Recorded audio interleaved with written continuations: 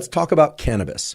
And when we refer to cannabis, we are indeed referring to marijuana or the marijuana plant.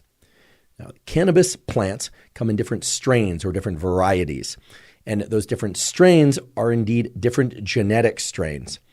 So just as animals and humans have different genetic backgrounds and they can be crossed to one another to yield further genetic variation in the offspring, plants can be hybridized to one another in various ways through grafting or through the use of different types of seed combinations, etc., in order to generate different strains. There are also naturally occurring differences in the strains of plants, and the cannabis plant is no exception.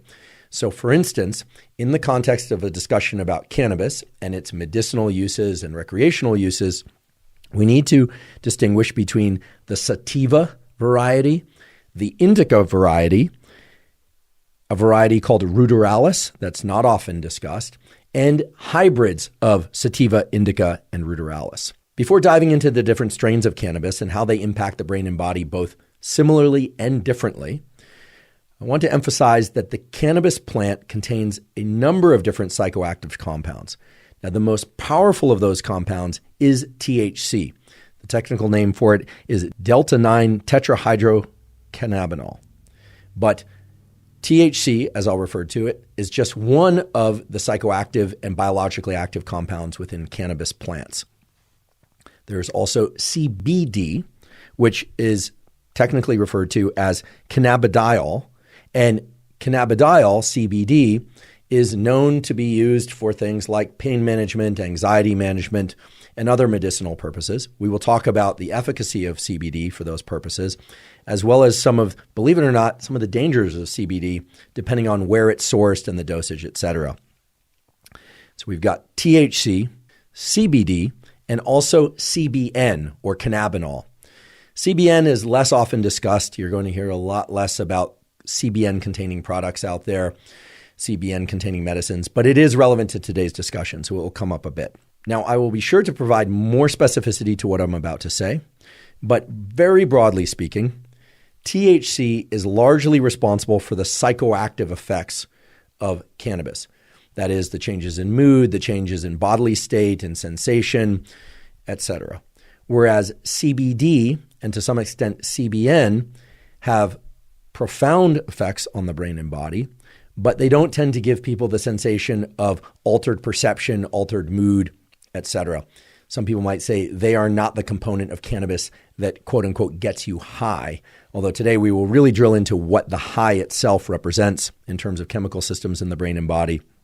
And what we will soon learn is that what we think of as being high actually includes a number of different changes in the brain and body, some of which can be best explained by CBD, not by THC, which runs counter to what most people out there know and believe. So broadly speaking, we have THC, CBD, and CBN.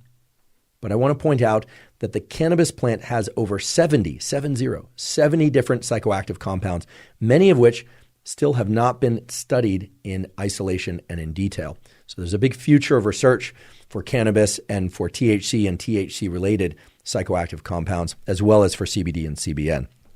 Today, we're mainly going to focus on THC and CBD, as I mentioned before. I should also point out that the cannabis plant has over 400 biologically active compounds. So these are biologically active compounds that may or may not have psychoactive properties, that may or may not be useful for pain relief, etc. Again, there is a vast landscape for exploration of the cannabis plant and of hemp for what they include that could be beneficial to us or detrimental to us. So again, a lot more work to do. Today, we're going to really try and stay on target with what we already know, and where there are certain exciting mysteries or intriguing mysteries about what we ought to explore more, I will certainly highlight those. Let's go back to the different strains of the cannabis plant, sativa, indica, and ruderalis, and explore how each of those differentially impacts the brain and body. Because therein, I think we can start to learn a lot about this incredible plant that is the cannabis plant. And whether or not you are a user of cannabis or whether or not you are entirely opposed to cannabis use, understanding how cannabis works in the brain and body itself is absolutely fascinating and can teach you a lot about how your brain and body work at a basic level, and can tell you a lot about how your brain and body will react to different life events and how your mood is established and stabilized and how your appetite is established and stabilized and so on. So we have the three major strains of cannabis: sativa, indica, and ruderalis. And for sake of today's conversation, we can pretty much cross off ruderalis. It's not often consumed, and components of ruderalis are not often consumed for medicinal or recreational purposes. Let's focus on sativa and indica. People will consume the sativa variety of cannabis either by edible or by smoking cannabis, or they will consume the indica variety of cannabis, again, by edible or by smoking cannabis, or sometimes they will take it in a transdermal form or a sublingual form. There are a bunch of different ways to get the cannabis into the body, but there's a clear distinction between sativa and indica that actually shows up first in the structure of the plant. At their extremes, meaning in a pure strain of sativa, it tends to be a taller plant, a longer stalk, believe it or not, and actually the length of the leaves is quite a bit longer. Whereas the indica plant tends to be more short and stout. And for those aficionados out there, I'm sure you know a lot of the other specific features of sativa versus indica. But already what we're talking about is the same plant, cannabis, with two very different morphologies or shapes. You might say, well, why is this interesting or important to how it affects me or affects other people for medicinal or recreational purposes? Well, it turns out that even though they are the same plant, these two different genetic varieties, because of the way that they grow and the way they capture sunlight and the way, believe it or not, that the different plants within that strain interact with one another, because believe it or not, plants are interacting with one another, they actually bring different elements of the psychoactive compounds to different components within the leaves and the so-called buds. The takeaway is that when consumed, and when I say consumed, I want to be very clear, I don't necessarily just mean oral consumption or eating cannabis sativa by edible. I also mean smoking it, and that could be, people will, just like with tobacco, the way that they bring the psychoactive components into their bloodstream and into their brain and body is to essentially heat the dried leaves of the cannabis plant. Then the heat liberates some of the psychoactive components that when inhaled into the lungs, because the lungs include a lot of vasculature, a lot of basically blood vessels and capillaries, that the psychoactive components are actually directly absorbed from the lungs into the bloodstream and then can cross into the bloodstream and permeate throughout the body and cross the so-called blood-brain barrier. So in other words, burning the plant liberates the smoke that contains the psychoactive compounds, and those are inhaled into the lungs and then get into the brain and body and act on the brain and body. And the major effect of sativa varieties are to create a high, if you will, and I'm putting this in air quotes for those of you that are listening, but to also act as a stimulant.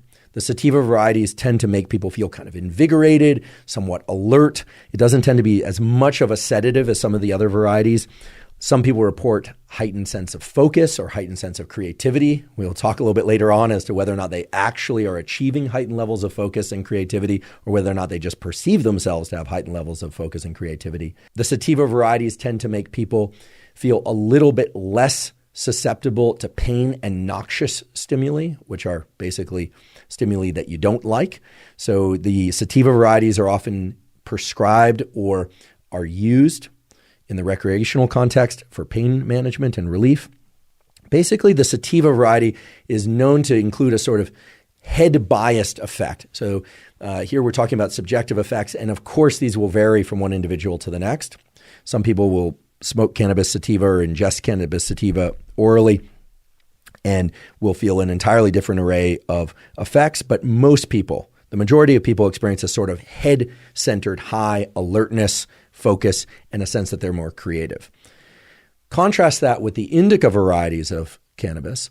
And when people smoke or eat or ingest indica varieties, the psychoactive components of indica, and again, this is pure indica, so not hybridized with sativa at all, but just pure indica, tend to lead to more full-bodied effects. People report feeling more complete full-body relaxation, more of a sedative effect. Indica cannabis is often prescribed and or used recreationally in order to achieve a state of sleep or to help relieve anxiety. So less of a stimulant effect. And we will talk about why, literally the underlying neural circuits that lead to the sativa variety causing more of a elevated mood and a head high, if you will, and the indica varieties being more full body relaxation.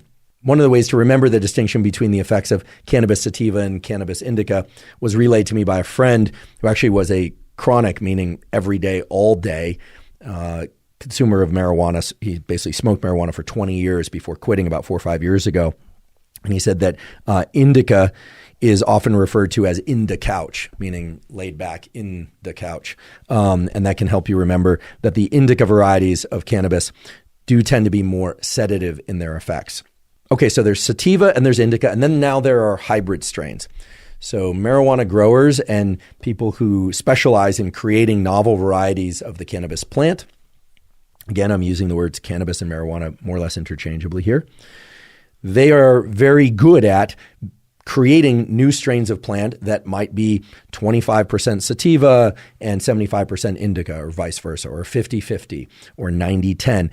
Essentially what's happening nowadays is that through plant biology, plant genetics, I should say, growers are getting quite efficient at creating a variety of different strains of the marijuana plant that give rise to very nuanced and distinct effects on brain and body. In fact, so much so that there's now a new nomenclature, a new language emerging around cannabis and the development of novel strains of cannabis for medicinal and or recreational purposes. And while this might sound a little bit medical or a little bit clinical to some people, believe it or not, this is the nomenclature that's now typically used. People still refer to the sativa, indica, and hybrid strains, but there's now also a description of so-called type 1, type 2, and type 3 strains for any given sativa, indica, or hybrid strain. Okay, so just to put this clearly in your mind, you've got sativa varieties, that is pure sativa varieties. You have indica varieties, again, pure indica, and then you have hybrid varieties. And beneath each of those, you have type 1, type 2, and type 3 strains of indica, sativa, or hybrid varieties. What are type 1, type 2, and type 3? Well, type 1, type 2, and type 3 strains are strains that have varying amounts or ratios of THC to CBD. So for instance, type 1 strain. So for instance, you could have a pure sativa type 1 or a type 1 pure sativa or a type 1 indica. Those are going to have the greatest amount of THC relative to CBD. And I really want to emphasize this. Understanding the ratio of THC to CBD can help explain a lot or even predict a lot about how a given strain of cannabis will impact somebody. For instance, because THC is largely responsible for the typical psychoactive components of cannabis.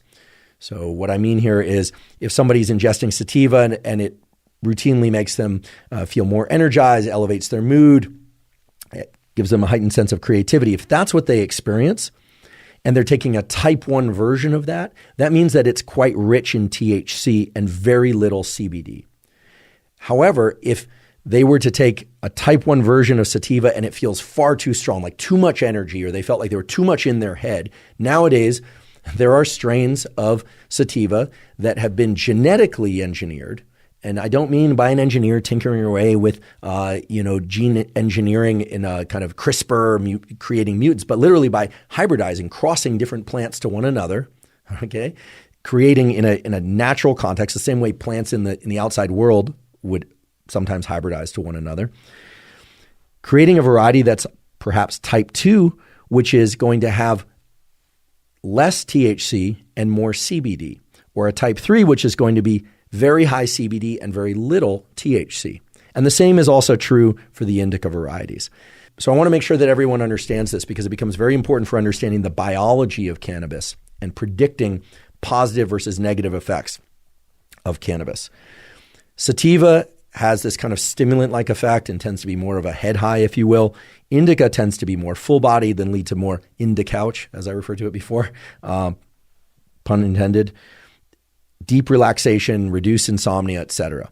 Now, within each of those, sativa and indica, you have type 1, type 2, and type 3, and that has everything to do with how much THC, which is the dominant psychoactive compound, versus CBD, which has other effects mainly on the body, but not so much on the brain and modes of thinking and mood, etc. How much THC versus CBD is present. And again, type 1 is THC dominant, type 2 kind of equal ratios, if you will, of THC and CBD, and type 3 tend to be high CBD. Okay, so already we've got some categorization here that hopefully isn't overwhelming to you, but this turns out to be extremely important if you want to understand how cannabis works and predict the effects of cannabis. I'd like to take a quick break and acknowledge one of our sponsors, Athletic Greens. Athletic Greens, now called AG1, is a vitamin mineral probiotic drink that covers all of your foundational nutritional needs. I've been taking Athletic Greens since 2012, so I'm delighted that they're sponsoring the podcast. The reason I started taking Athletic Greens and the reason I still take Athletic Greens once or usually twice a day is that it gets me the probiotics that I need for gut health. Our gut is very important. It's populated by gut microbiota that communicate with the brain, the immune system, and basically all the biological systems of our body to strongly impact our immediate and long-term health. And those probiotics in Athletic Greens are optimal and vital for microbiotic health.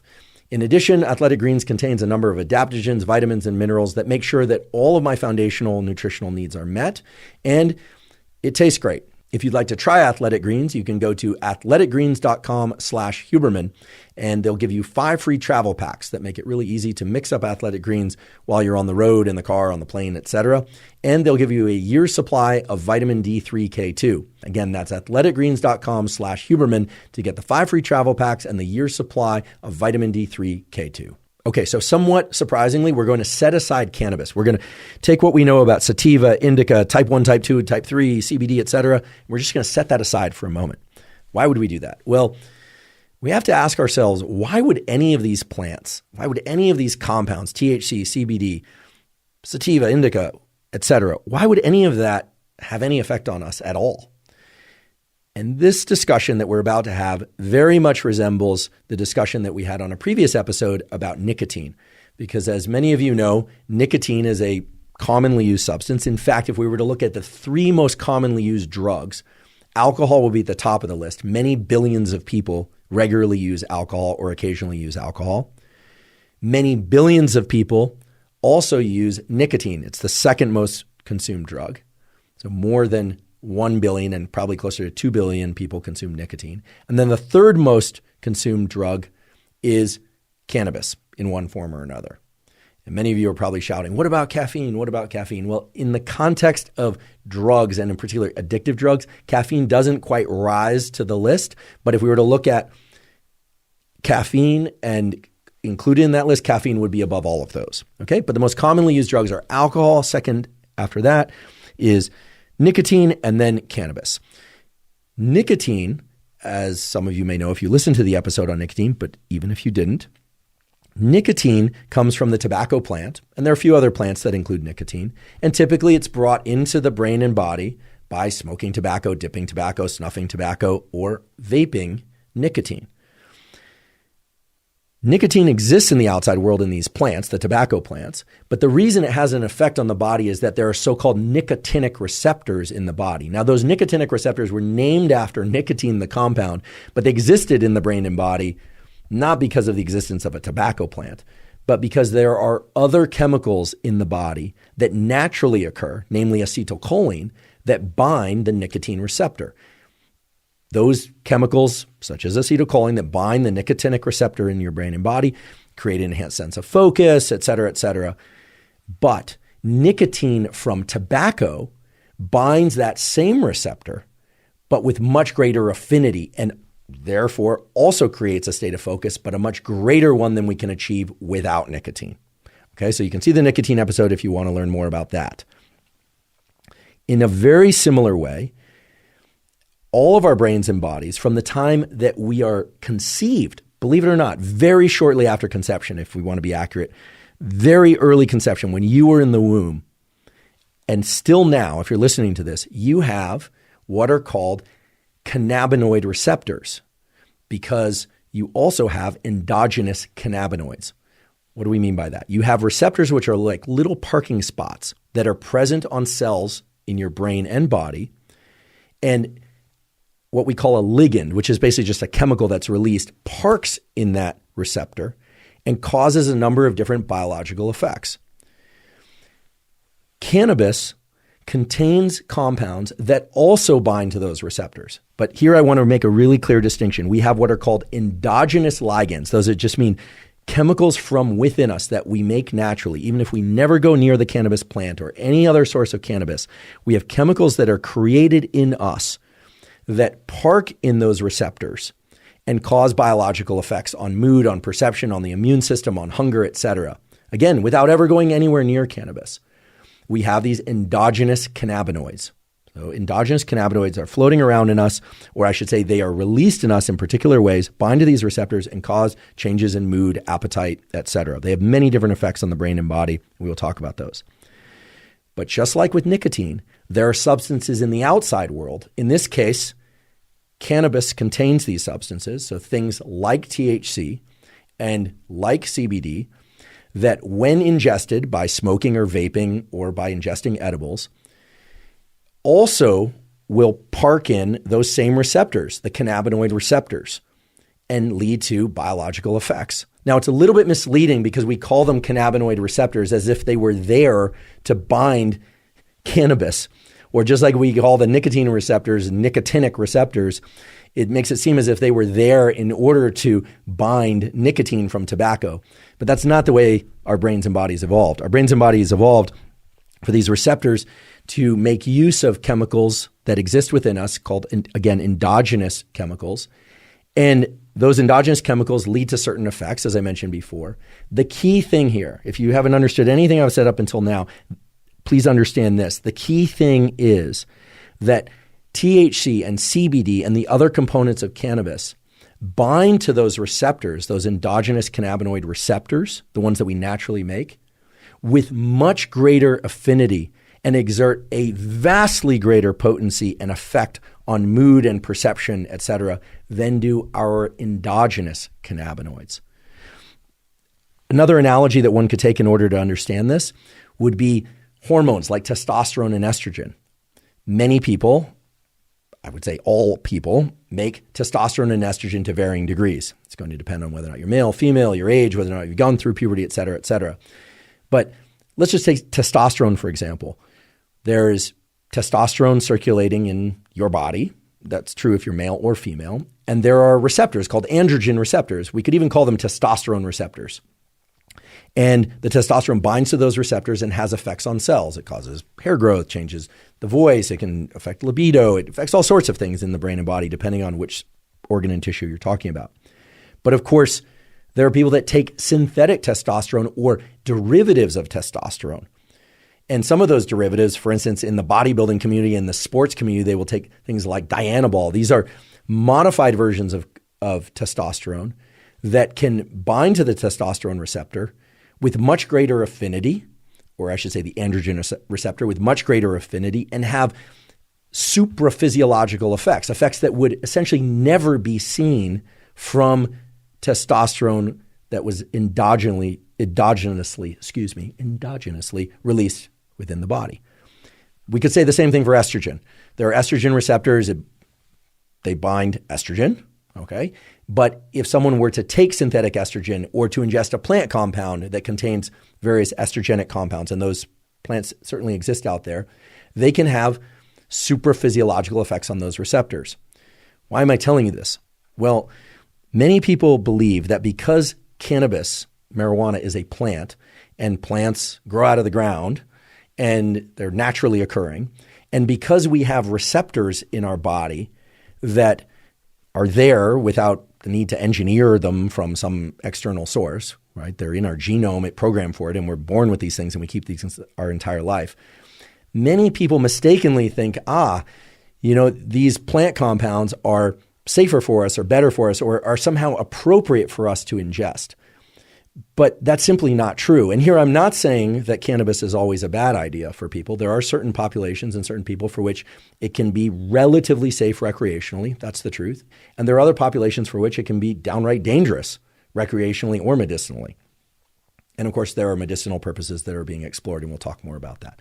But this is vital to understand, because I think that when we hear, oh, it's from a plant, it's natural, and then you also have a receptor for these endogenous cannabinoid receptors, and therefore the marriage of those two, right? The coming together of the chemical, THC or CBD or both, with these receptors is somehow supposed to happen, as if this was a purpose of having these receptors. But it's simply not the case. In the same way that the nicotinic receptors are not there because nicotine is good for us. They're there because there are compounds that exist within us that are good to bind to those receptors from time to time. Now, here's the key thing about, I guess today I'm saying there are a lot of key things, but here's another key thing about understanding cannabis and the way that it works, which is that THC and CBD, when they're brought into the brain and body by smoking or, edible, et cetera, they bind to those receptors, those endogenous cannabinoid receptors, and they tap into the same systems that your endogenous cannabinoids would tap into, the ones that affect mood and energy and creativity and relaxation, et cetera. But they do so with 1,000-fold greater potency. And as a consequence of that, your endogenous cannabinoids are outcompeted. They really get no opportunity to interact with those receptors. And understanding that can lead to a very clear understanding of why, for instance, when people use cannabis to relieve anxiety, or they use cannabis to enter a certain brain state for creativity or to enter sleep, why a dependence on cannabis starts to emerge. Because if they don't ingest cannabis, and again, ingest could mean smoke to bring THC in or CBD in, or ingest orally or even transdermal or tincture or one of the other varieties, if they don't do that, then what happens is not only are the receptors not stimulated to the same degree or with the same potency that they normally are, but the endogenous cannabinoids can no longer have their effect. So people experience heightened levels of anxiety, disrupted mood, disrupted brain state, and so on.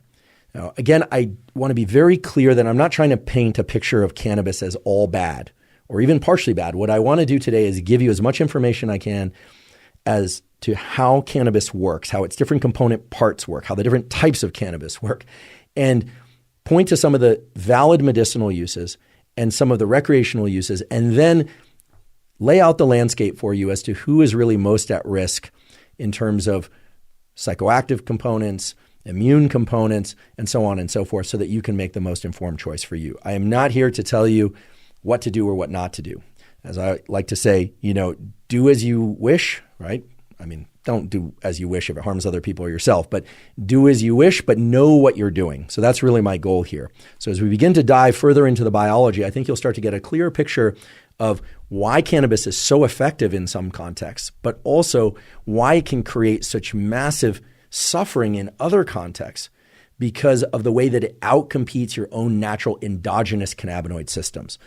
So let's talk about those endogenous cannabinoid systems, what they are and how they work, because that will give us a lens into what the higher potency, sort of maximum impact of the various cannabis plant varieties and strains and THC and CBD and so forth, how and why those work. So what are the endogenous cannabinoids? These chemical substances that everybody makes.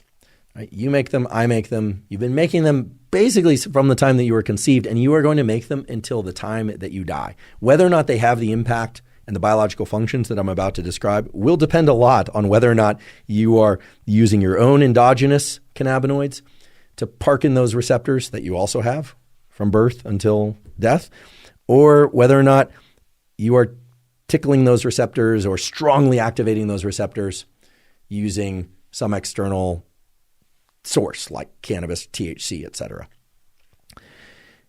The two main endogenous cannabinoids that we want to consider are anandamide, which we will refer to as EAE, so anandamide, and another one which is arachidonyl glycerol, which we will abbreviate 2AG. So let's just take EAE and 2AG, lump them together, and talk about the endogenous cannabinoids, just to make it simple. But if you want to do the deep dive on anandamide versus 2AG, please be my guest.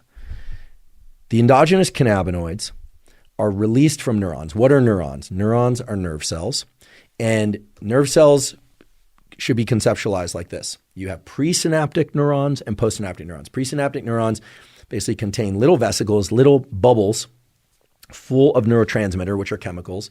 And when neurons are stimulated electrically, and that could be from a thought, it could be from the desire to move, it could be because of a drug, it could be because you're hungry, the relevant neurons will vomit out or will fuse, as we say, those little packets, those little bubbles of neurotransmitter into the gap between the pre and postsynaptic neuron. We call that a synaptic cleft or the synapse.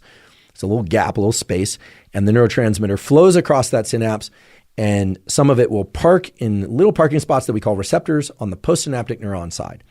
Depending on which neurotransmitter it is and a bunch of other things not worth going into right now, the parking of that chemical in those neurotransmitter receptors will either cause that neuron on the postsynaptic side to itself release neurotransmitter elsewhere, or it will quiet it down, so-called excitation and inhibition. That's kind of neurotransmission in a nutshell. If you don't understand it, no big deal. It's not going to prevent you from understanding today's discussion. If you understand even a small fraction of what I've just said, then it's going to allow you to understand not just today's discussion, but a lot of neuroscience with a lot more nuance and depth of understanding. The key thing to know about the endogenous cannabinoids is that unlike most neurotransmitters, they are released from the postsynaptic side. So what happens is neurotransmitter goes from presynaptic neuron to postsynaptic neuron, but under certain conditions, the postsynaptic neuron itself releases a chemical. And that chemical goes backward, what we call retrogradely, to the presynaptic neuron, binds to receptors there, and changes the probability that the presynaptic neuron will release neurotransmitter.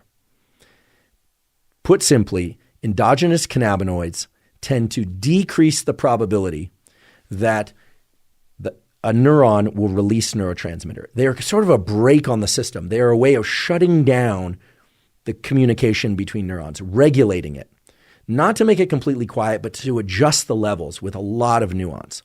Now, the other thing that the endogenous cannabinoids do is sort of a mind bender, because we're talking about cannabis, and a commonly known feature of cannabis and marijuana consumption is disruptions in short-term memory. And there is essentially zero debate as to whether or not that occurs. And we'll talk about the mechanisms a little bit later.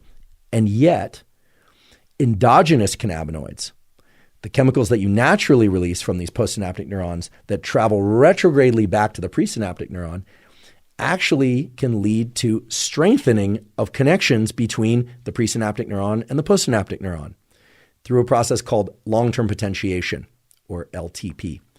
They can also cause what's called depression of communication between a presynaptic neuron and a postsynaptic neuron.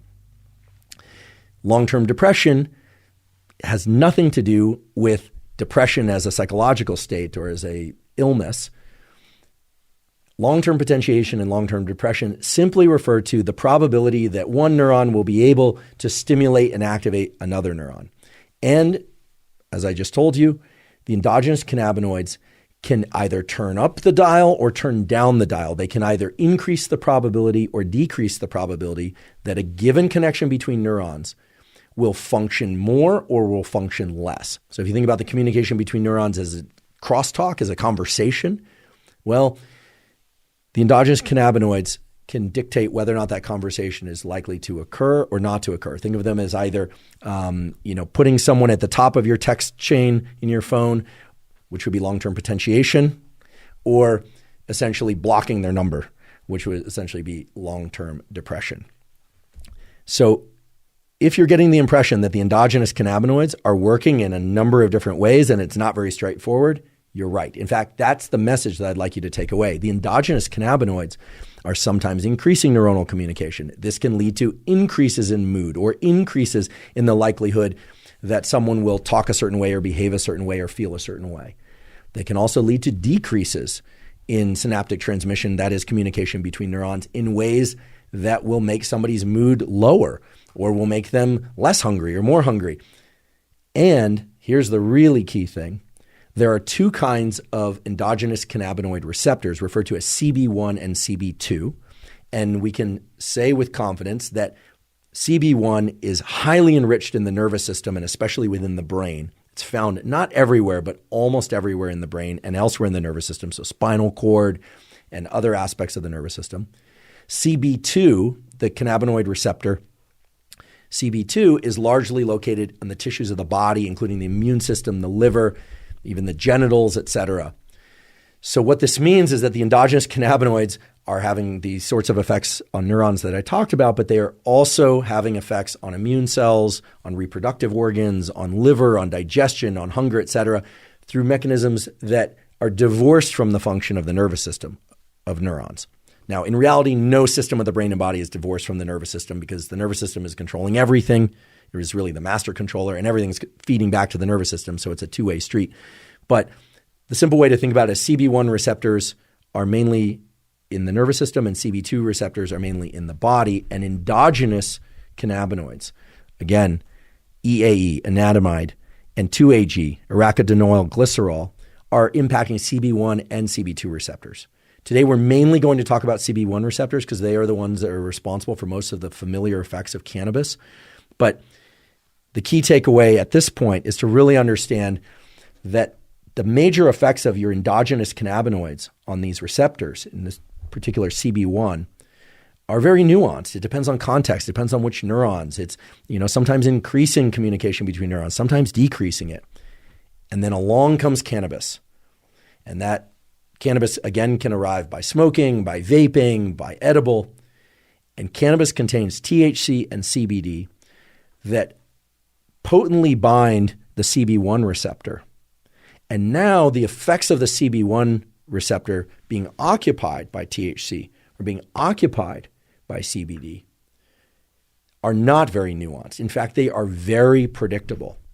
And especially important is to understand that they are so strong and they park in that receptor with such affinity, with such force and precision and stubbornness and refusal to leave that receptor, that they completely outcompete the endogenous cannabinoid system. In fact, they leave the endogenous cannabinoid system essentially dysfunctional, which in some cases may be a good thing, but in most cases is going to lead to problems of various kinds. And we'll talk about what sorts of problems. And again, I feel obligated to say, this is not me saying don't ingest cannabis or THC or CBD. It's not what I'm saying. What I'm saying is if you evaluate the potency, that is, in technical terms, it would be the affinity with which these compounds, THC and CBD and CBN, bind to these endogenous receptors, that would be like a howitzer gun, like a cannon going off, as compared to endogenous cannabinoid, whether or not it's EAE or 2-AG, which is more like a cap gun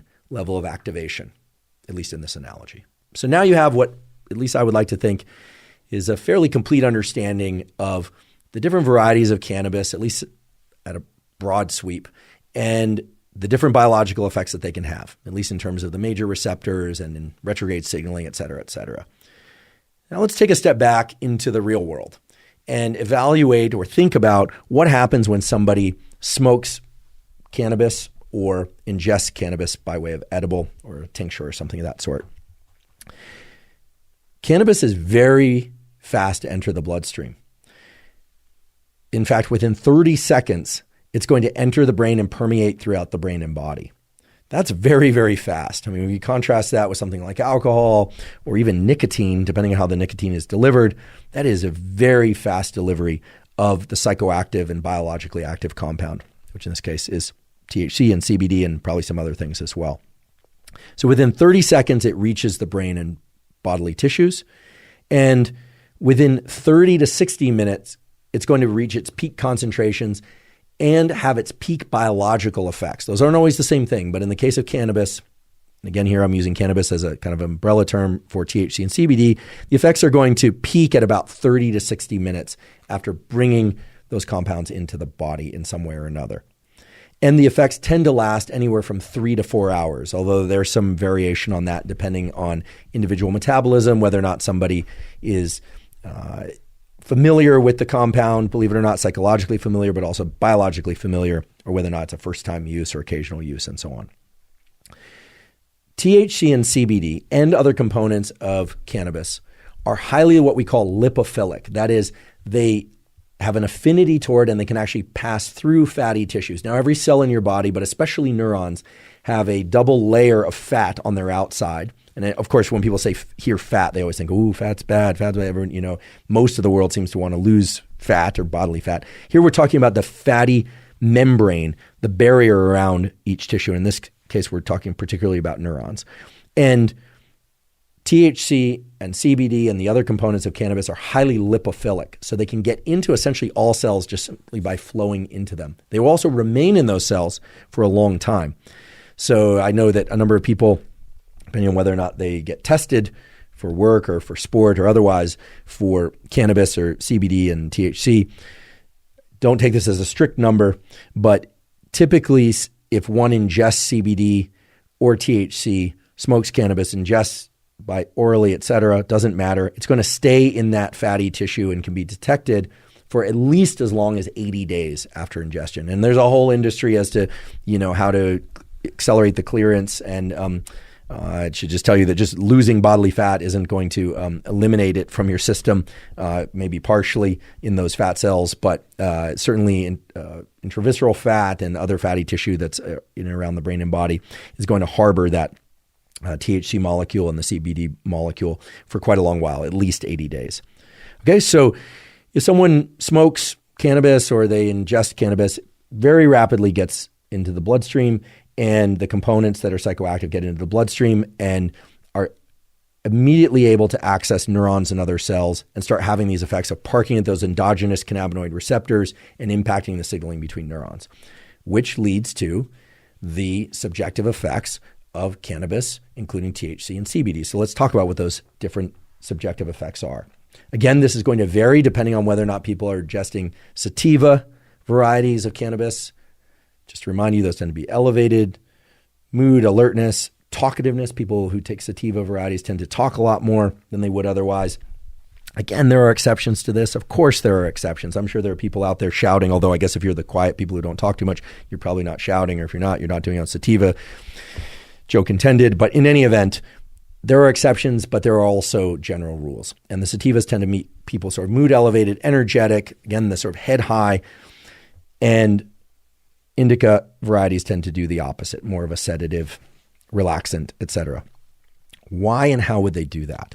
Okay, well, without going into an extensive deep dive into the different neurotransmitter systems of the brain and body, what we know for sure is that CB1 receptors are present on an enormous number of different neurons and brain structures and neural circuits, so that the sativa varieties that act as sort of a stimulant, making people feel happy, because in general they do tend to elevate mood, at least at certain dosages, talkative, tend to make people feel like they have ideas that are interesting, that they might want to share, tend to narrow their context, so tend to increase focus. This is something that's not often discussed about cannabis, but it can, especially the sativa varieties, can increase people's level of focus to particular things, something they're watching or something they're doing, or music allows them to narrow their sense of focus. That's going to occur by activation of CB1 receptors in the so-called prefrontal cortex, which is just behind the forehead. And the prefrontal cortex acts as a strong modulator of so-called limbic circuitry and other circuitry that is more stress-oriented. The way to think about the stress and limbic circuitry, such as the amygdala, which many people have heard about, is that they aren't really circuits for fear and stress. They are circuits that are constantly evaluating one's own internal state, heart rate, et cetera, and what's happening externally. And sorry to say, but the default of those systems is to detect danger, the sort of threat detection systems. And then the prefrontal cortex largely acts as a brake on those systems, sort of like the reins pulling back on a steed of horses that would otherwise just kind of take off. And so the sativa varieties tend to increase CB1 activation in the prefrontal cortex and in other circuitry that then leads to a kind of overall reduction in stress because of the way that prefrontal circuitry can reduce activation of the amygdala. Now that, of course, does not explain why some people become very stressed and very paranoid when they smoke sativa varieties or other varieties of cannabis or ingest other varieties of cannabis. We will talk about the paranoid effect and why that occurs and who might predict that would occur to them in a little bit. But I just want to give you a sense of how this is working because, as I mentioned before, THC and or CBD are going to bind that CB1 receptor, let's say in prefrontal cortex. A neurons of prefrontal cortex is going to bind there.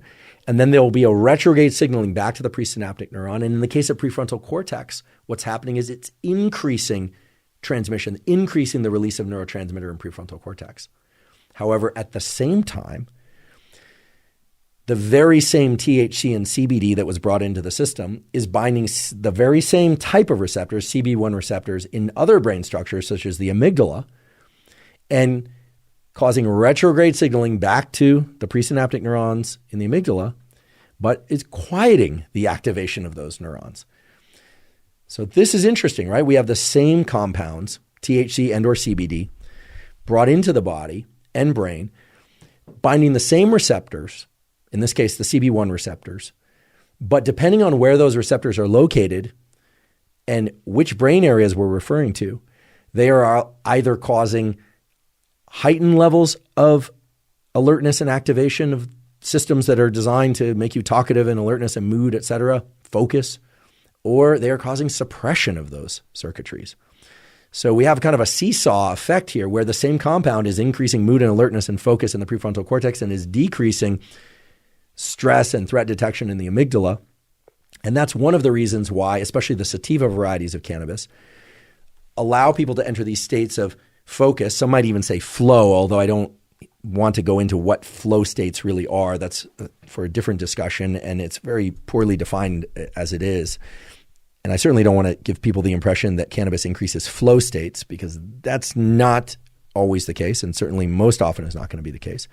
But the idea here is that this molecule comes into our brain and is shifting everything towards a state of focus, elevated mood, of heightened sense of importance about whatever it is that we happen to be doing. And now, of course, whatever we could happen to be doing could be writing a song, writing poetry, communicating with somebody, but it could also be something as trivial as watching cartoons or watching a movie, which is, not trivial in its own right, but in terms of thinking about the creative aspects or the creativity stimulating aspects of cannabis, not sort of productivity oriented. So narrowed focus, elevated mood, more relaxed and yet energetic. That's the major effects of the sativa varieties, except, and this is a really big, bold-faced, triple underlined except in some individuals, depending on dosage, but also depending on pre-existing neural circuitry and propensity for anxiety, some people ingest or smoke sativa varieties, and regardless of whether or not it's a type 1, type 2, or type 3 variety, okay, regardless of the ratio between THC and CBD, people will experience intense anxiety and paranoia. Now, how do you predict who will experience intense anxiety and paranoia and who will experience intense relaxation, focus, and sense of creativity from ingesting or smoking a type 1, type 2, or type 3 sativa? Well, there is no way to predict that. And there's a lot of kind of what I would call street lore or dorm room lore or kind of not peer reviewed, but sort of peer discussed, among friends and people and acquaintances, lore out there that what one needs to do is simply smoke more, right? Or just ingest more. You hear that. Oh, well, listen, if it makes you paranoid, you simply need to use more. That is absolutely categorically false. Everything we know about the way that THC and CBD work is that they tend to potentiate, that is, increase the effects of these different systems at given synapses and in different areas of the brain and body. That is, if someone experiences paranoia or anxiety from a given strain of the marijuana plant or from ingesting an edible in a particular way or a particular kind of edible, that person is very likely to experience the same effect every time they ingest that strain or variety. This is part of what's led to this enormous industry. There are a number of different reasons, but this is part of what's led to this enormous industry of highly customized cannabis, where people will spend some time really seeking out the different strains of cannabis and hybrids of cannabis that work best for them and work best for them in particular contexts. I wish I could tell you that if you are a person who is, between 5'7" and 6 feet tall, and you have blue eyes or brown eyes, that the sativa varieties are going to be right for you, or that the sativa varieties are going to give you panic attacks. I can't do that. The only way to determine it would be to actually experience ingesting those or smoking those, which is certainly also not what I'm suggesting, right? That's up to you. I'm not telling you what to do or what not to do. But there are no good predictors. In fact, if you look in the literature, it is not at all clear that people who have a heightened level of anxiety when they do not smoke cannabis will experience cannabis as less paranoia-inducing or more relaxing. That's simply not the case. Now, what we can say for sure is that general categories of effects, such as increased focus and reduced anxiety, are largely due to activation of areas like the prefrontal cortex. Now, unlike other compounds like nicotine or alcohol or neurotransmitter systems like dopamine, when we talk about the cannabinoid system, and I say effects, biological effects, psychoactive effects, I want you to keep in mind always, please, please, please, keep in mind that those effects can be varied and often opposite in direction. So let's just give an example of that. I just mentioned that when people smoke or eat sativa, that it tends to lead to one specific set of, or generally leads to one specific set of effects, heightened focus, mood, etc. Whereas when they ingest or smoke indica and its components, right? Again, we're still talking about THC and CBD in varying ratios, but now indica cannabis, and you say, well, why would it improve the transition time to sleep? Or at least give people the impression that it improved the transition time to sleep. We'll talk about what indica actually does for sleep in a little bit. But indica also tends to suppress activation of the amygdala and threat detection centers in the brain, again, binding the same CB1 receptors and those retrograde signaling mechanisms I talked about before. But it also tends to shut down the hippocampus, an area of the brain associated with memory, which is why indica varieties lead to pronounced, or I should say profound, defects in short-term memory and sometimes in long-term memory as well if it's consumed over long periods of time. We'll talk about short, medium, and long-term consumption, occasional consumption going forward.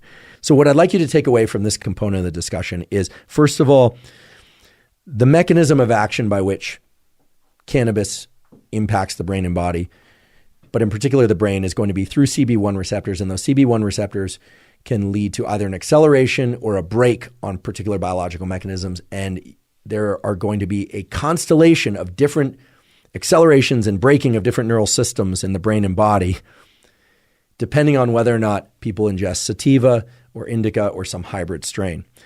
And perhaps most importantly, even if you didn't understand anything that I've said about the biology of these different strains and the receptors, please do understand that there is no way to predict what the effect of a given strain will be on an individual. There has been extensive exploration as to whether or not people who are so-called mellower or more anxious or any number of different personality dimensions will respond in one way or the other, but in fact, there is no way to tell. Layer on top of that the fact that dosing THC and CBD can be fairly straightforward in the form of edibles, right? Because there can be, at least if it's a controlled source, a defined number of milligrams of THC, a defined number of milligrams of CBD. That's true for ingestibles. It's much harder to gauge that from the smokable forms of cannabis, especially if those smokable forms of cannabis are obtained through sources where there isn't a lot of clear information about the total amount of THC in that product. Now, this is all changing quite a lot nowadays because of the commercialization of THC and CBD products and cannabis in a number of different areas, including in the United States. But still, many people are ingesting cannabis, THC, CBD through sources where they don't really know how much they're bringing into their system. And so whether or not someone gets incredible anxiety relief, enhanced sense of mood and focus and well-being, pain relief, et cetera, or whether or not they have full-blown panic attacks, et cetera, is very hard to predict based on dosage information alone. Now, of course, we can create broad categories, and we're going to talk about studies that create broad categories of low dose, moderate dose, and high dose, frequent use and infrequent use. But unlike alcohol, unlike nicotine, we can't really point to specificity of X amount of alcohol, grams of alcohol per week, which is safe, or X amount of alcohol, which is not safe. And so I know a lot of people out there are wondering, how often can they smoke cannabis, or how often can they eat cannabis or THC or CBD in any number of its different forms and products safely? Well, we have to really define what safely means, and we have to really acknowledge that there's a pretty loose set of controls over what one is bringing into their brain and body as they ingest THC and CBD.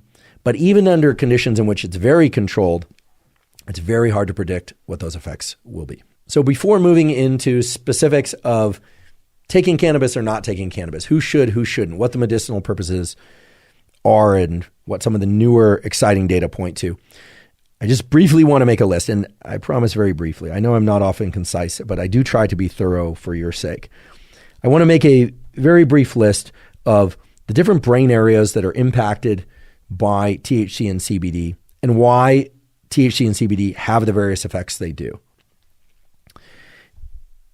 When somebody smokes or ingests cannabis, doesn't matter what the THC or CBD ratio is, if they experience deficits in memory, and that's almost always present, that's going to be because of reductions in electrical activity within this brain region we call the hippocampus. Okay? Hippocampus means seahorse. It's shaped like a seahorse. Anatomists like to name things after what things look like, but hippocampus memory is reduced, in particular short-term memory. That's true regardless of whether or not one is using sativa, indica, or some hybrid. In general, the prefrontal cortex is going to be activated by the sativa varieties, which is going to increase thinking and narrowly constrain focus to some activity.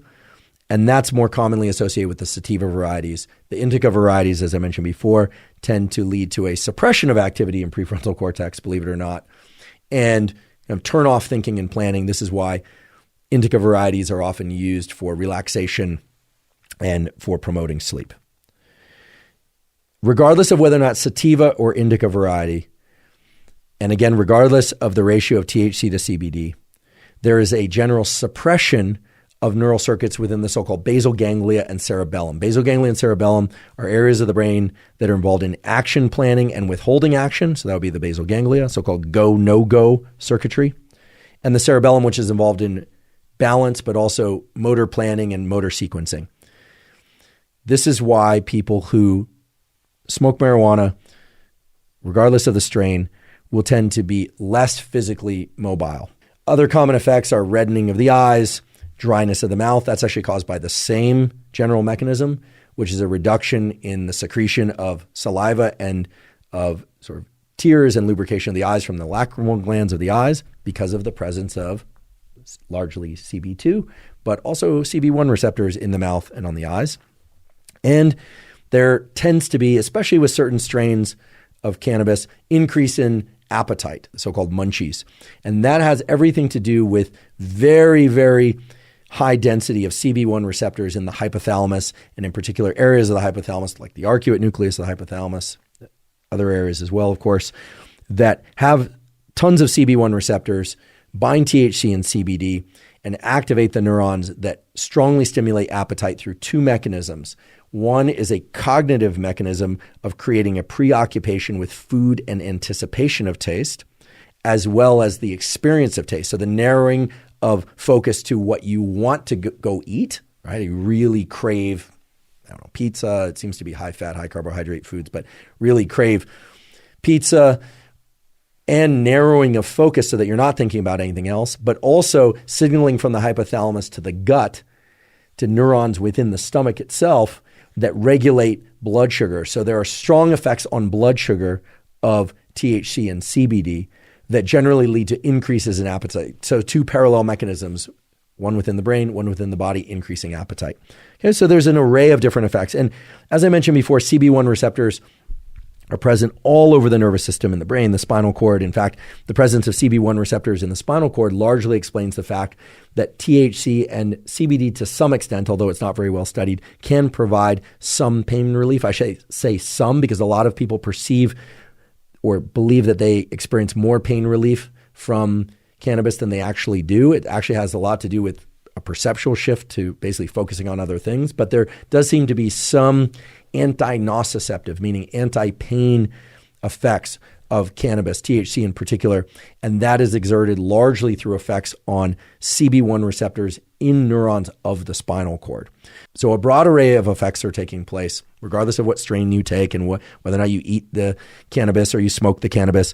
And the broad array of effects can be explained by the fact that retrograde signaling can lead to activation or suppression of activity in various neurons. So now I'd like to take a step back from the biology of cannabis and THC and CBD and all the signaling and receptors, et cetera, and really just focus on cannabis use. And wherever possible, I will point to the specific strains that have been studied and the ratios of THC to CBD. But I have to say that unfortunately, most studies of marijuana, of cannabis, while they have been very careful to detail the amount of THC, low dose, medium dose, or high dose, and actually getting very specific, right down to the number of milligrams or even how much circulating THC is present after somebody smokes a joint or ingests cannabis, most studies have not distinguished between sativa and indica strains. And that's unfortunate because in the real world, people are distinguishing between sativa and indica strains in their patterns of use and what they prefer and what they don't prefer, even what they prefer to smoke during the day or ingest during the day versus night. Believe it or not, there are people who are using certain strains during the day and other strains at night. But the science is yet to catch up to that, or I should say more accurately, the general public and the themes that are emerging and the practices that are emerging around cannabis, especially in states where it's decriminalized or legalized, are occurring at such a rapid rate that there's absolutely no way that the science could keep up. This is a naturally occurring experiment. Not to say that it's natural, like people should do it, but it's an experiment that's happening in real time in the real world, much faster than controlled studies within university laboratories and other laboratories can keep up. So at this point, I think it's appropriate to ask ourselves, why do people even use cannabis? I mean, what are they trying to achieve? Is it always about not feeling pain? Is it always about reducing anxiety? Well, sometimes it is, but oftentimes people are using cannabis in order to achieve a particular state. And we could use a broad brush and say, well, they just like being high. But while that may be true in a lot of circumstances, and I have to believe it actually is true in a lot of circumstances, there are a lot of people who use cannabis in a very directed way, or they get quote unquote high in order to achieve states that to them are particularly attractive. And one such state is a state of creativity. And this brings us to a broader theme, which is, does cannabis increase creativity? And if so, is it the THC, the CBD? What's the appropriate ratio or the best ratio for accessing creativity? This is an interesting and important discussion, I believe, because creativity is one of the more sought after and more elusive states that humans can experience. And yet, if you look at human evolution, you look at our progression in terms of technology development and culture and music and poetry, et cetera, we really can look to creativity as the state that fostered so much of that evolution. So whether or not you're into technology or you're into art or music, whether or not you're just somebody who wants to expand their understanding or their experience of life in some way, creativity is a fundamentally important state to try and access regularly and to try and tap into in order to eventually produce something, in order to create something of meaning that exists not just in that creative state, but to yourself after that creative state has gone away, right? So the painting that you paint in the creative state hopefully is a painting that still inspires and has impact after you exit that creative state, and that will inspire others. And this could be true for any number of different things, not just painting. So does cannabis increase creativity? The short answer is it depends. First of all, we need to define creativity, right? Here we are as thinking as scientists, if not already scientists. And there are basically two modes of thinking that are associated with creativity. And they don't completely explain creativity. But if you look in the research, the psychology research and the neuroscience research, you'll hear about convergent thinking and divergent thinking. Convergent thinking is taking loose ideas and kind of braiding them together, finding a common thread, synthesizing and organizing those different ideas into some common or specific framework in order to get or create some specific outcome. So convergent thinking is basically the person in the room who's listening to all the ideas and taking them all in. Maybe it's a panel of, how should we get a certain product out to market, or what are the different motifs that we should include in a piece of music, or what should we do in terms of re-architecting a given physical space, taking in those different opinions, those different ideas from different people, and then synthesizing them and coming up with one or a small subset of coherent ideas that incorporate some or all of the ones that they heard. Okay, so that's convergent thinking. It doesn't have to involve a panel of people talking to you.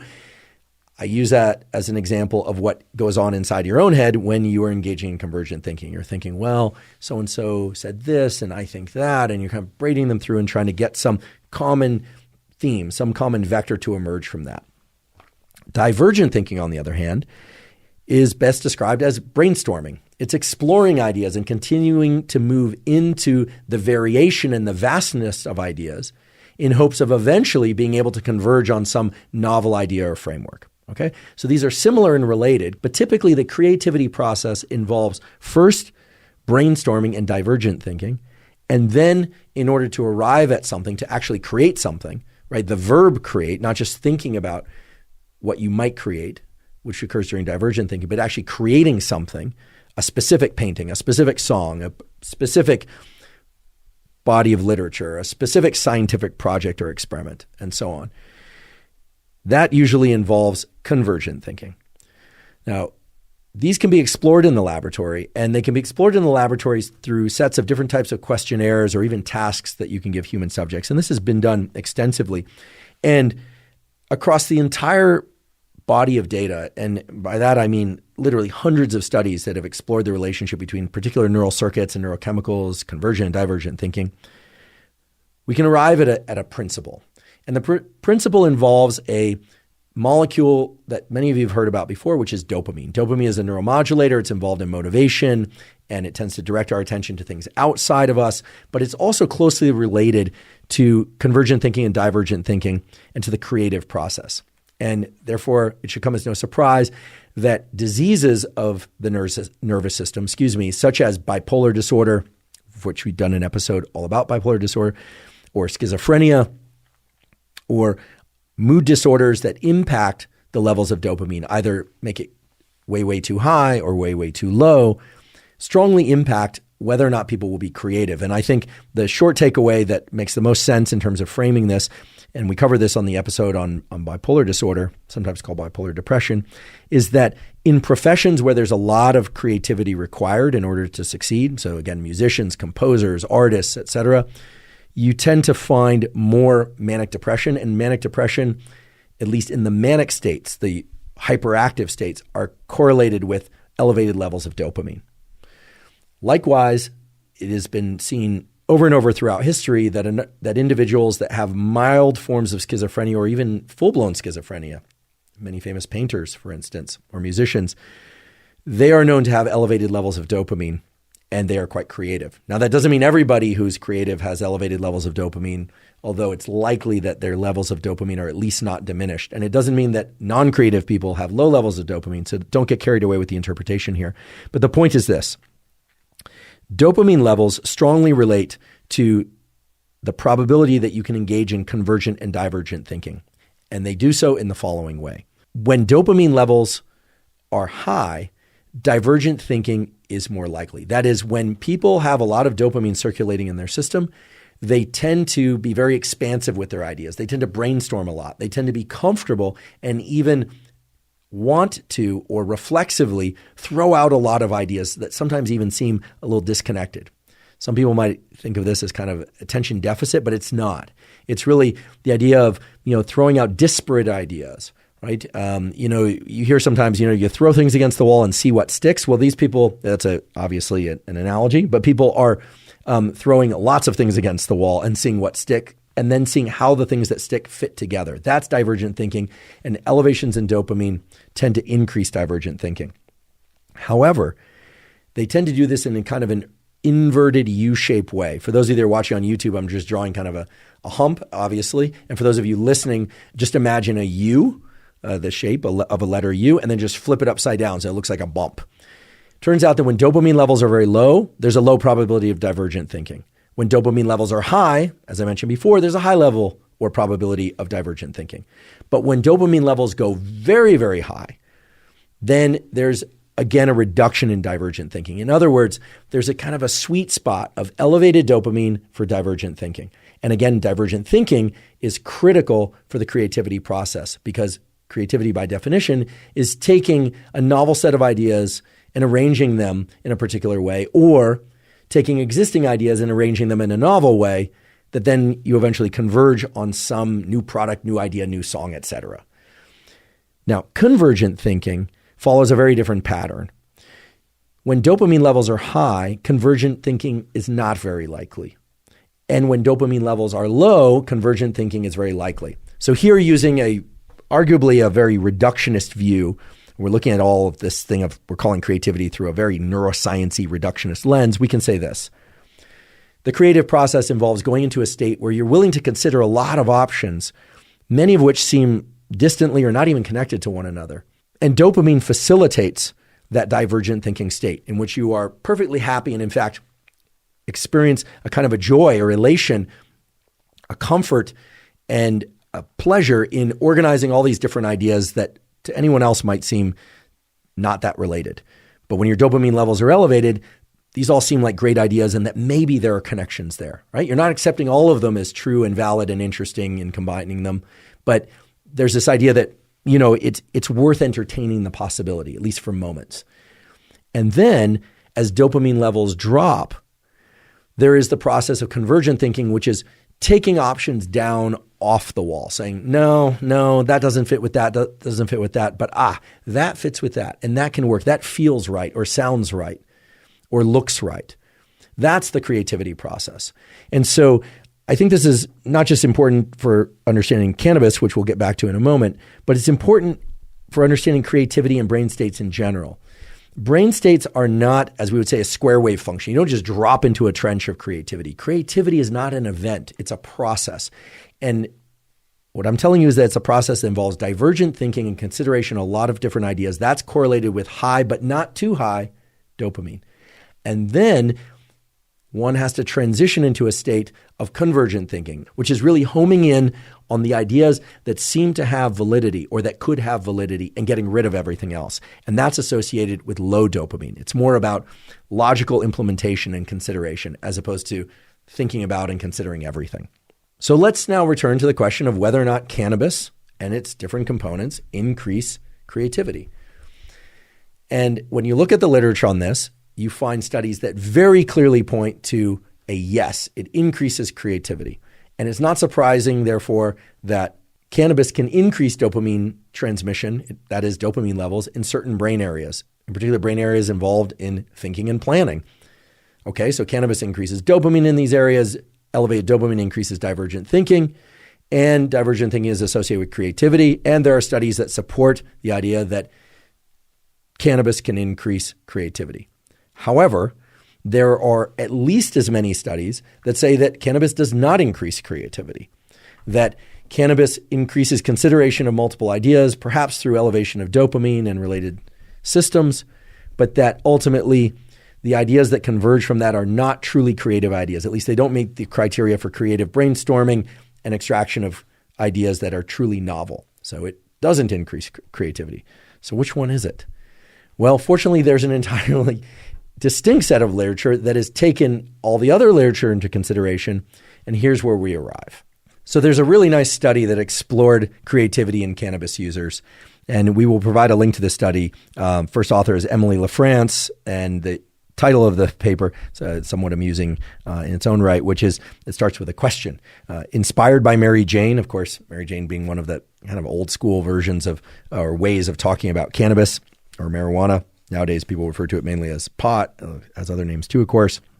And the title of the paper is Inspired by Mary Jane, Mechanisms Underlying Enhanced Creativity in Cannabis Users. And I really like this study for a couple of reasons. First of all, they looked at people who did not use cannabis as well as people who used cannabis.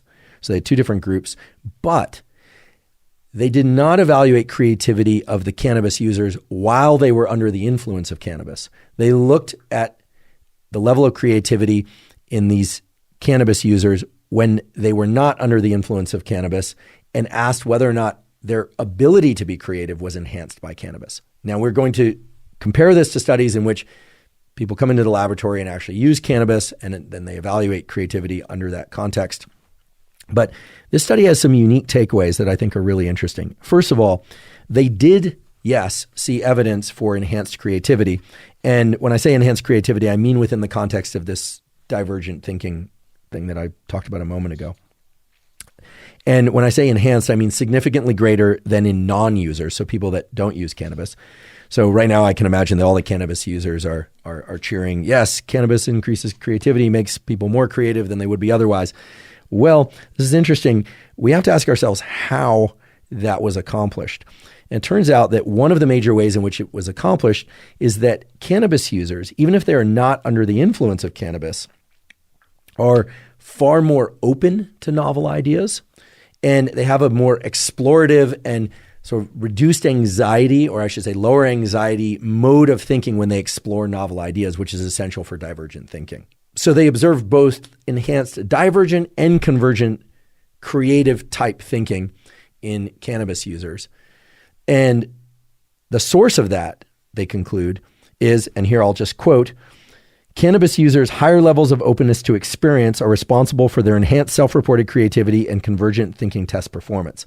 So it's not necessarily that cannabis is increasing the capacity of the brain areas that are associated with creativity, but rather cannabis appears to be increasing an openness, and probably doing that in part through lowering anxiety in particular people.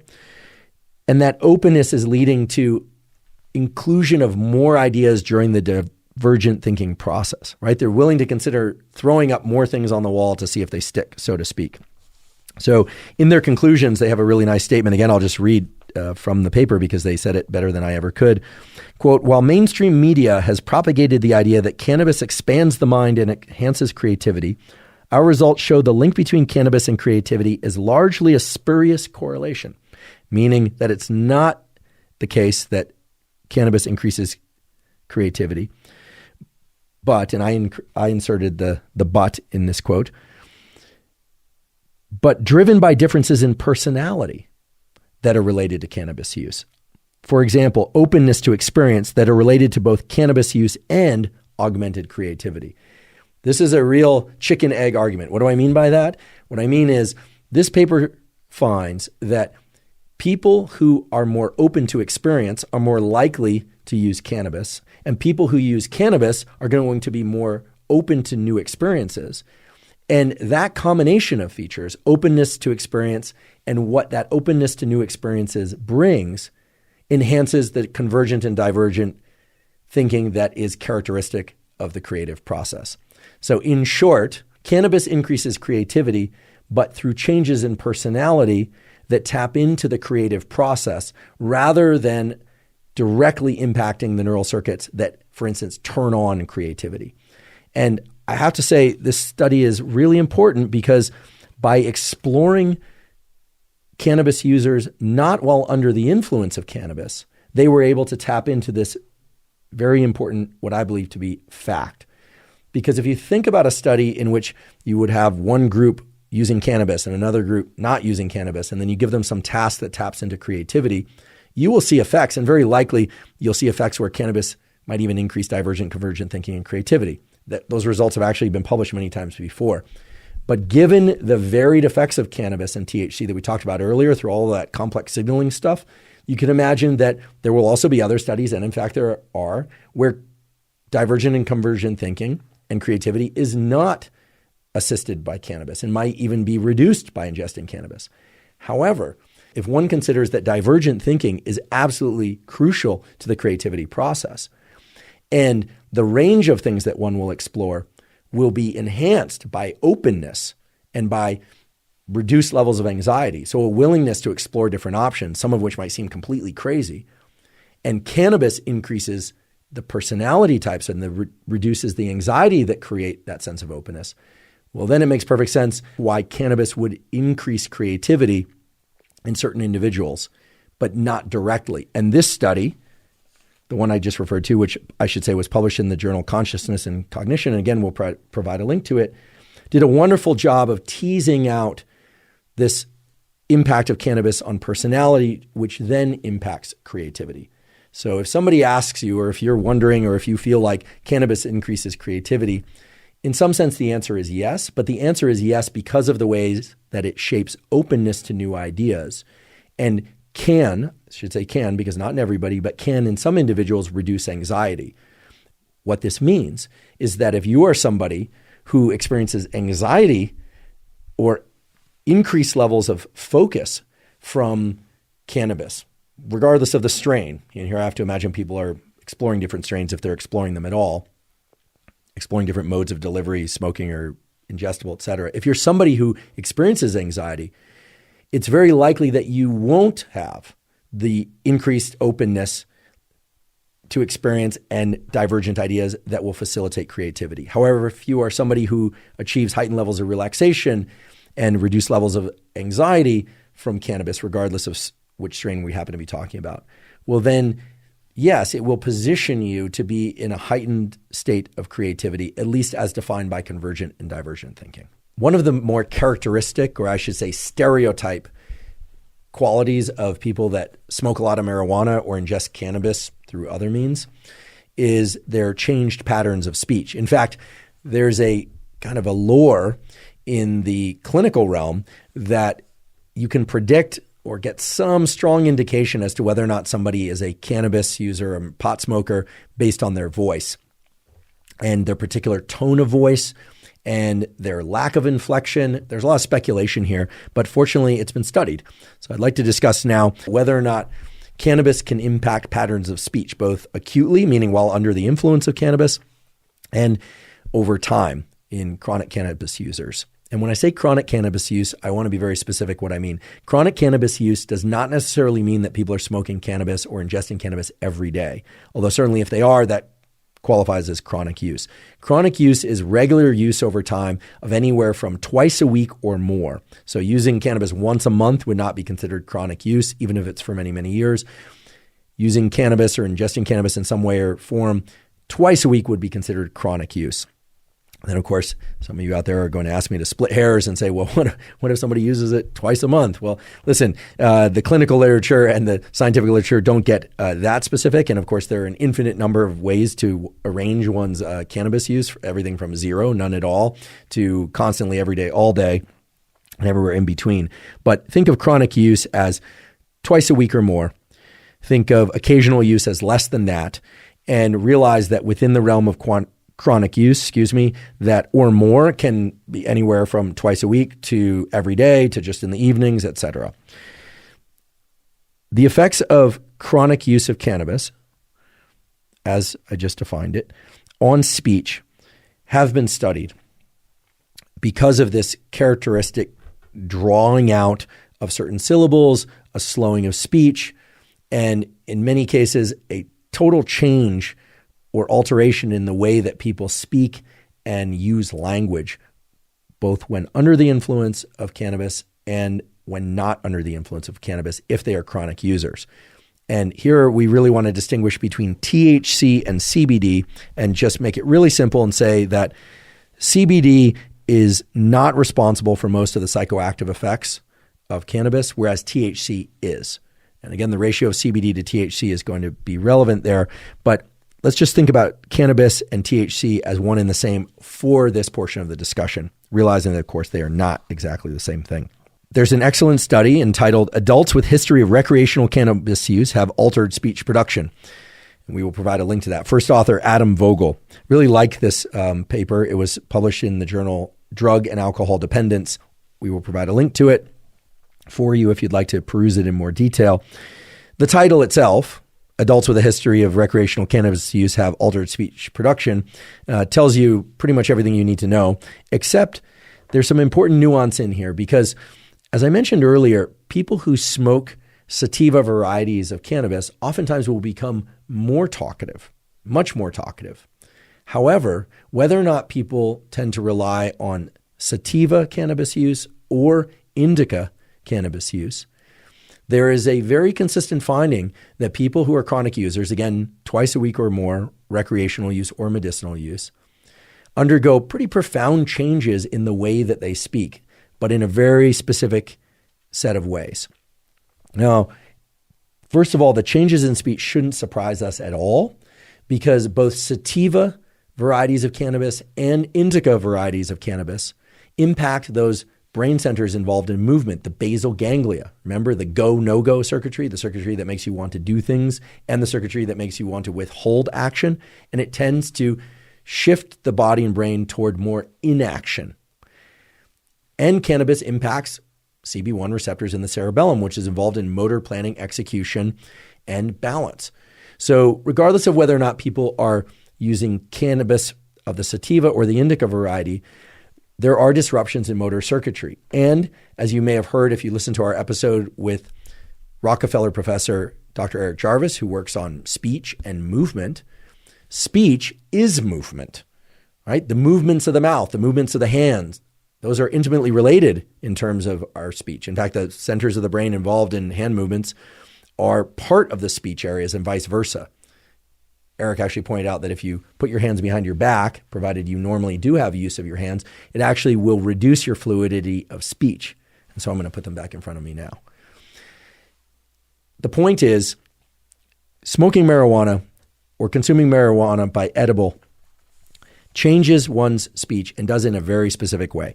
And in this study by Adam Vogel and colleagues, they explored a huge different variety of aspects of speech. And this can be done using spectral processing, which is, fancy nerd speak for looking at how much inflection there is, or looking at how long people hold vowels or consonants, et cetera. And again, these are people not under the influence of cannabis, but rather people who tend to be under the influence of cannabis when not participating in the study. In other words, chronic recreational cannabis users.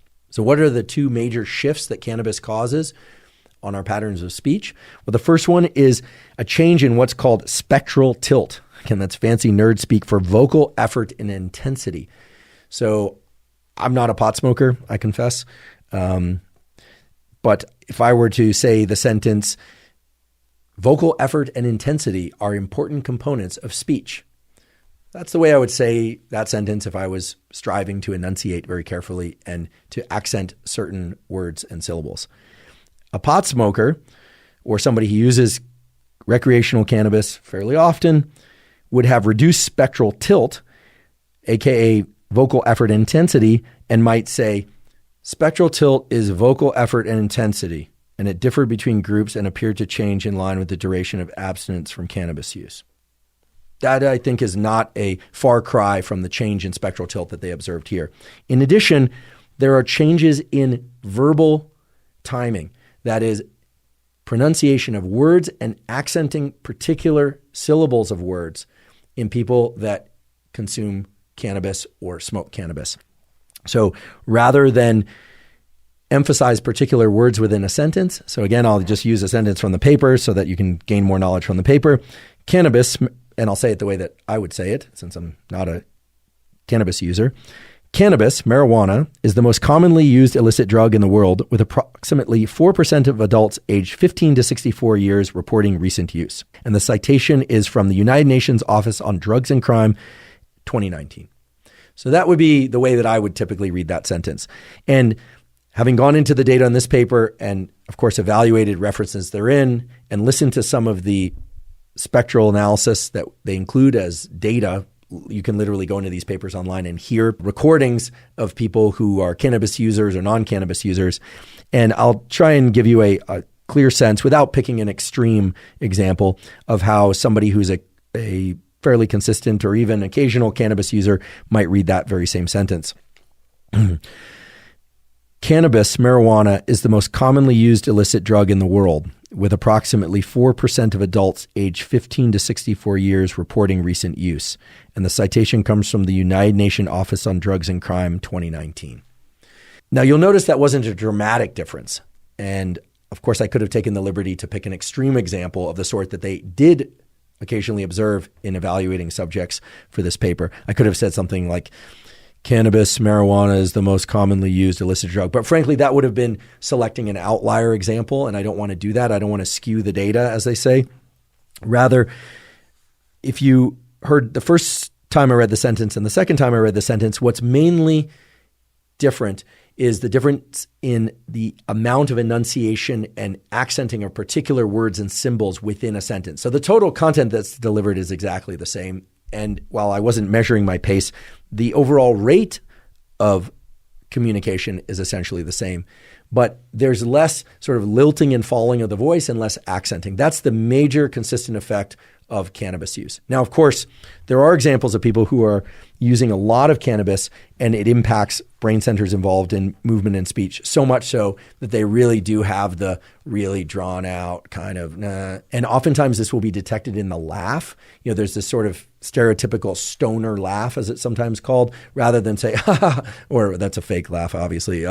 It's hard to make myself laugh if something's not actually funny. I have to think of something funny. When people say, like that's a bit more of the way I might laugh, like sort of the inspiratory laugh, or the, which is expiratory laugh. People who use cannabis chronically will often do the, right, which is sort of the back of the throat.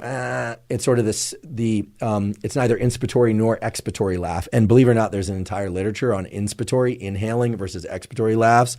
And there's also a literature on cannabis altering the pattern of inspiratory and expiratory laughs. It almost sounds like a sarcastic laugh, when in fact they may not be feeling sarcastic at all. And I have a very close friend and colleague who's a phenomenal neurosurgeon and neuroscientist by the name of Dr. Eddie Chang. He's the chair of neurosurgery at UCSF, and his lab and him are expert in the study of neuroscience controlling language and speech.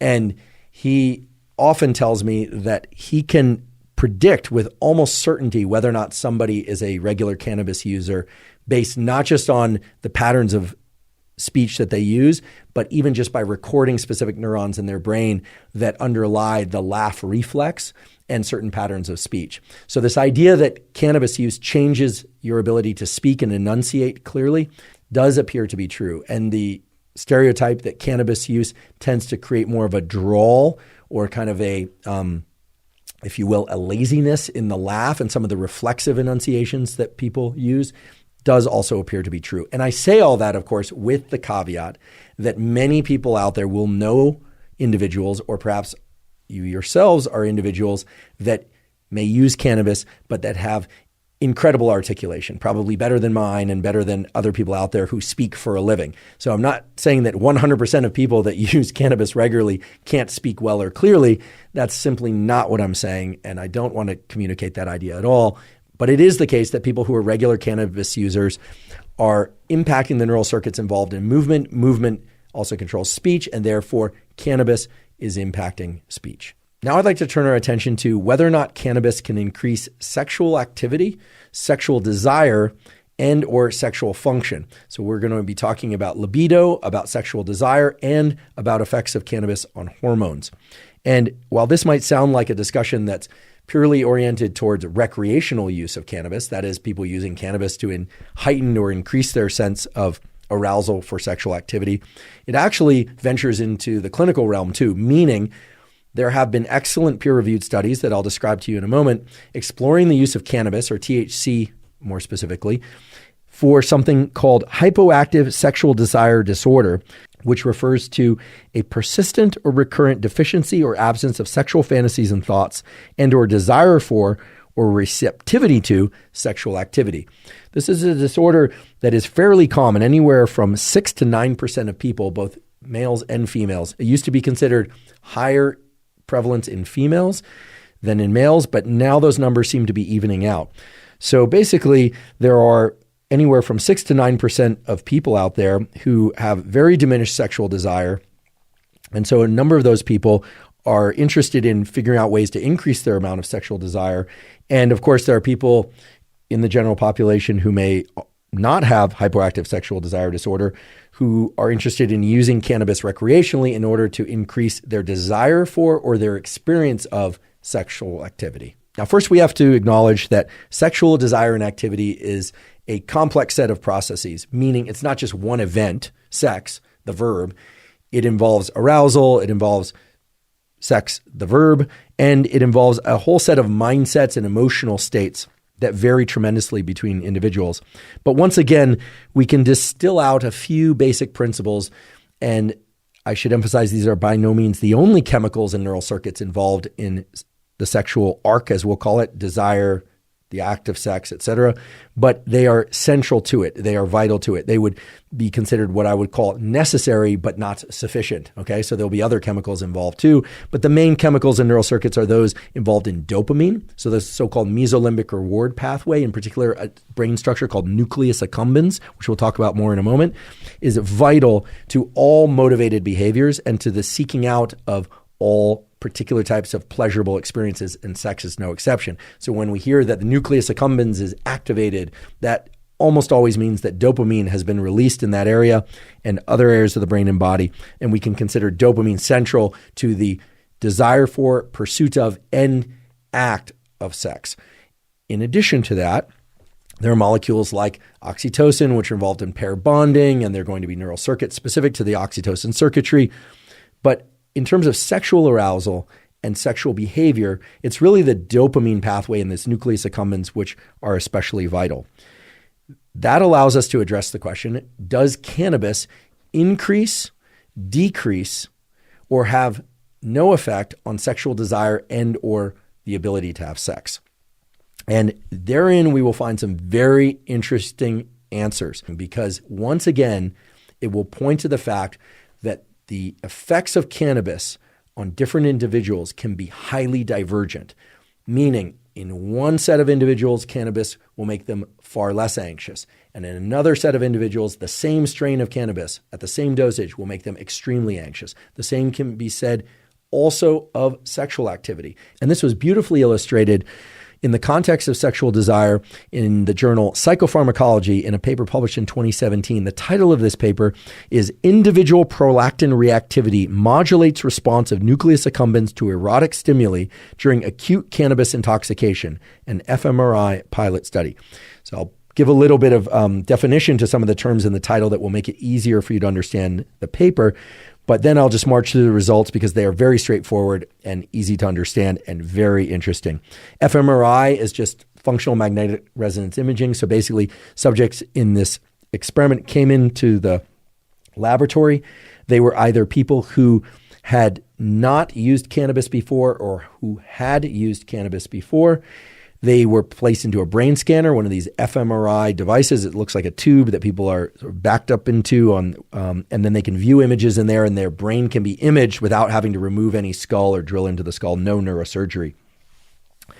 The participants in this study were grouped according to whether or not they had experienced any aphrodisiac effects during the intoxication with cannabis. So that would be the first group, Group A. They literally called it Group A for aphrodisiac. And then the second group, and this is the only thing I don't like about this study, is rather than call it Group B, they called them Group Non-A, which is just gets a little confusing. So I'll try and simplify all this. There are two groups, and one group experiences sexual arousal when under the influence of cannabis, THC specifically. The other group does not. And it turns out this is a very commonly observed divergence of effects of cannabis. Some people experience a lot of sexual arousal from cannabis and THC in particular, and some people do not. In fact, they experience suppression of sexual desire. And it's always been a little bit mysterious as to why that is. Well, in this study, they showed people in both groups erotic images, and they measured sexual arousal through a number of different measures. We won't go into all that. It was largely subjective. There have been other studies where they've actually measured things like erections in males and vaginal lubrication in females, the sort of so-called autonomic responses that people can't lie about, so to speak, and that tap into other aspects of the so-called sexual arousal process. In this study, they also took blood samples to look at the concentration of things like cannabinoids. So this is a really nice study in that they actually measured how much THC was in the bloodstream in different individuals who reacted to these erotic stimuli in different ways. And they measured hormones, namely cortisol, which is a stress hormone, which tends to negatively correlate with sexual arousal, and prolactin. And the interesting takeaway from the study was that for people, and it didn't matter if it was males or females because they looked at both, for people that experienced elevated prolactin levels under cannabis intoxication, that's how they referred to it. People take cannabis, they measured prolactin. Some people had elevated prolactin, some people did not. Okay. For the people that had elevated levels of prolactin, They did not observe activation of brain areas associated with sexual arousal. In this case, the right nucleus accumbens. So you have two nucleus accumbens, I guess they would be called, one on each side of the brain. And the activation of that brain area is strongly associated with dopamine and with arousal, and sexual arousal in particular in this study. And if people had elevated prolactin, they did not experience activation of nucleus accumbens, and they did not report feeling sexually aroused to those pictures, at least not to the same degree as the other group. So some people's prolactin levels go up when they ingest cannabis, and those people do not achieve elevated levels of sexual arousal when under the influence of cannabis, even if they're looking at erotic stimuli. That makes sense because prolactin is mutually inhibitory, as we would say. It's kind of in a push-pull with dopamine. When dopamine levels are high, prolactin levels tend to be low. And when prolactin levels are high, dopamine levels tend to be low. The other group, so-called group A, that experienced elevated levels of sexual arousal when under the influence of cannabis and viewing erotic stimuli, that group did not show elevated levels of prolactin in response to cannabis. So this, I believe, resolves a longstanding controversy in the field, which is, does cannabis increase sexual arousal? Well, it depends. If you fall into the category of person who has elevated levels of prolactin in response to cannabis, then no, actually cannabis will suppress your sexual response and desire.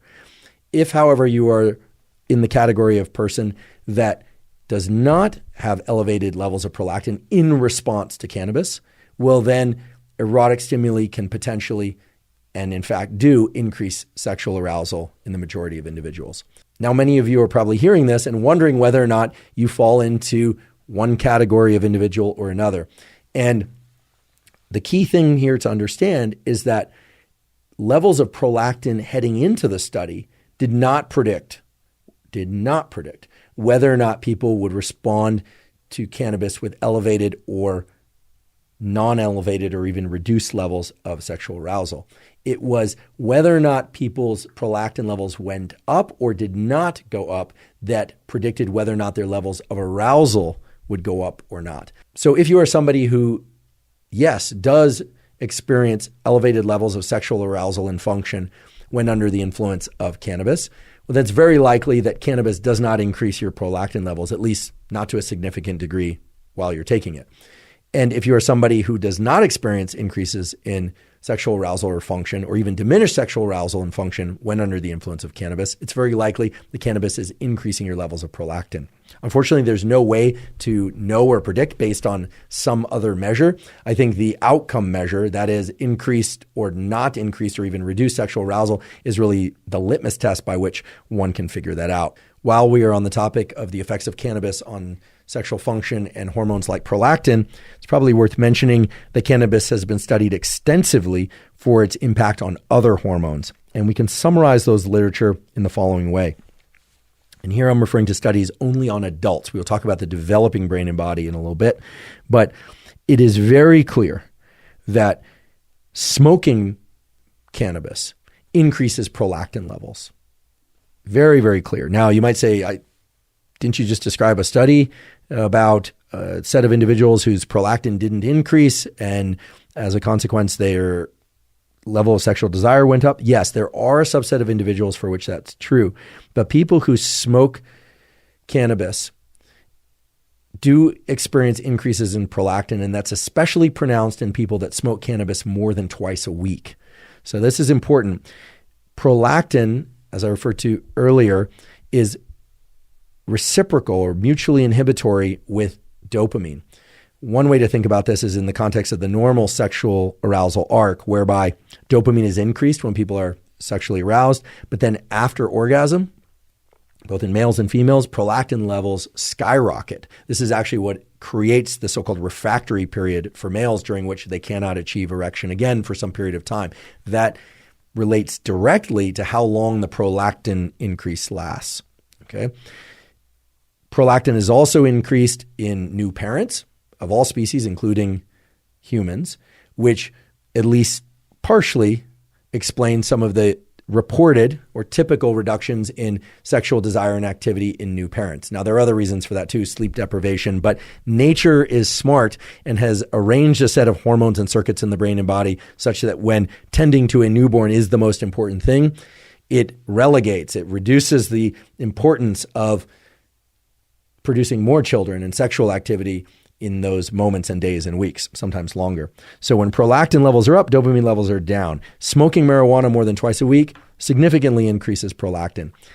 There are fewer studies exploring whether or not edible marijuana has the same effect, although the preliminary evidence suggests that it does not. I get into this in a lot more detail in a future episode, all about hormones with Dr. Kyle Gillette, who's been on this podcast before, but he verified that, and my read of the literature is that the edible forms of marijuana, cannabis, probably, again, let's put an asterisk next to this, but it appears do not have as much of a prolactin elevating effect, and therefore not as much of a dopamine suppressive effect, and therefore not as much of a testosterone suppressing effect. And that gets to the issue of testosterone. Does cannabis, marijuana, suppress testosterone? And this is a very controversial literature, and here's why. Some studies say, yes, it suppresses testosterone in males and females. And keep in mind that testosterone in females is vital for libido and cognitive function, cellular repair, etc. So it's not just important in males, of course. However, other studies say that cannabis does not decrease testosterone. And it seems to depend on whether or not the cannabis is brought into the system by way of smoking or edible. And it seems to depend on whether or not the cannabis is used chronically by an individual or acutely. And here I just want to zoom out and say that studies on cannabis or drugs of any kind in humans are really complicated. If you think about it, someone has to come into the laboratory, and let's say you want to study chronic cannabis use. Well, you can't keep them in the laboratory all the time. So you have to rely on their self-report of how often they use cannabis and in what form. And you can't really control from one individual to the next of how much cannabis and THC they're bringing into their system. One person might smoke cannabis out of a bong and take big, deep, lungs full bong inhalations or such. Other people might smoke joints. Other people might use edibles. It becomes very complicated to know what people have done and that they're reporting it accurately. And no joke here, especially if marijuana is impacting the short-term memory systems. They might not actually remember. They might not be tracking it that well. Contrast that with studies of the acute use of cannabis and THC, where people who are not regular users come into the laboratory and now suddenly, with institutional guidelines and safety protocols, are under the influence of THC and cannabis. Well, now you're dealing with a person who may not have experience with the elevated heart rate and blood pressure that's characteristic of cannabis, because it is a stimulant, at least when initially brought into the system, even if it might eventually lead to relaxation.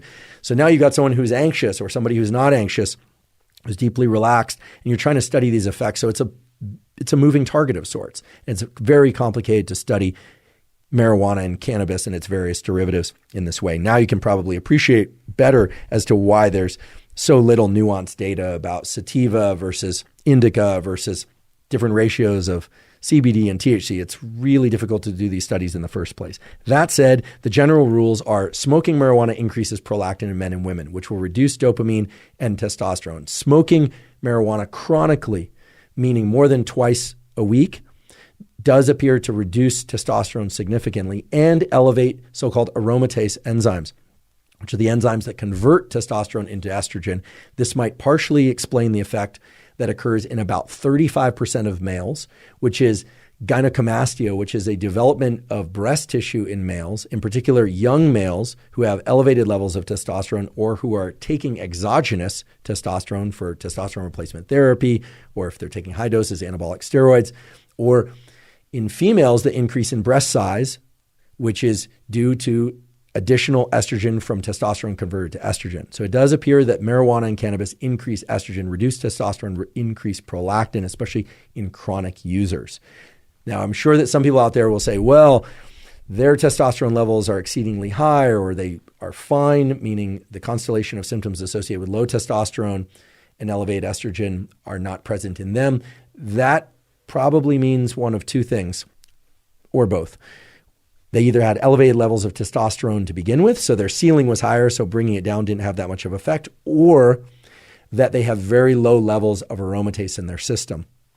There are some anecdotal evidence that smoking particular parts of the marijuana plant, in particular the seeds, can increase aromatase and the conversion of testosterone to estrogen. I think in the old days, the lore was the seeds make you sterile. And I think that was related to what I just told you, this increase in conversion of testosterone to estrogen.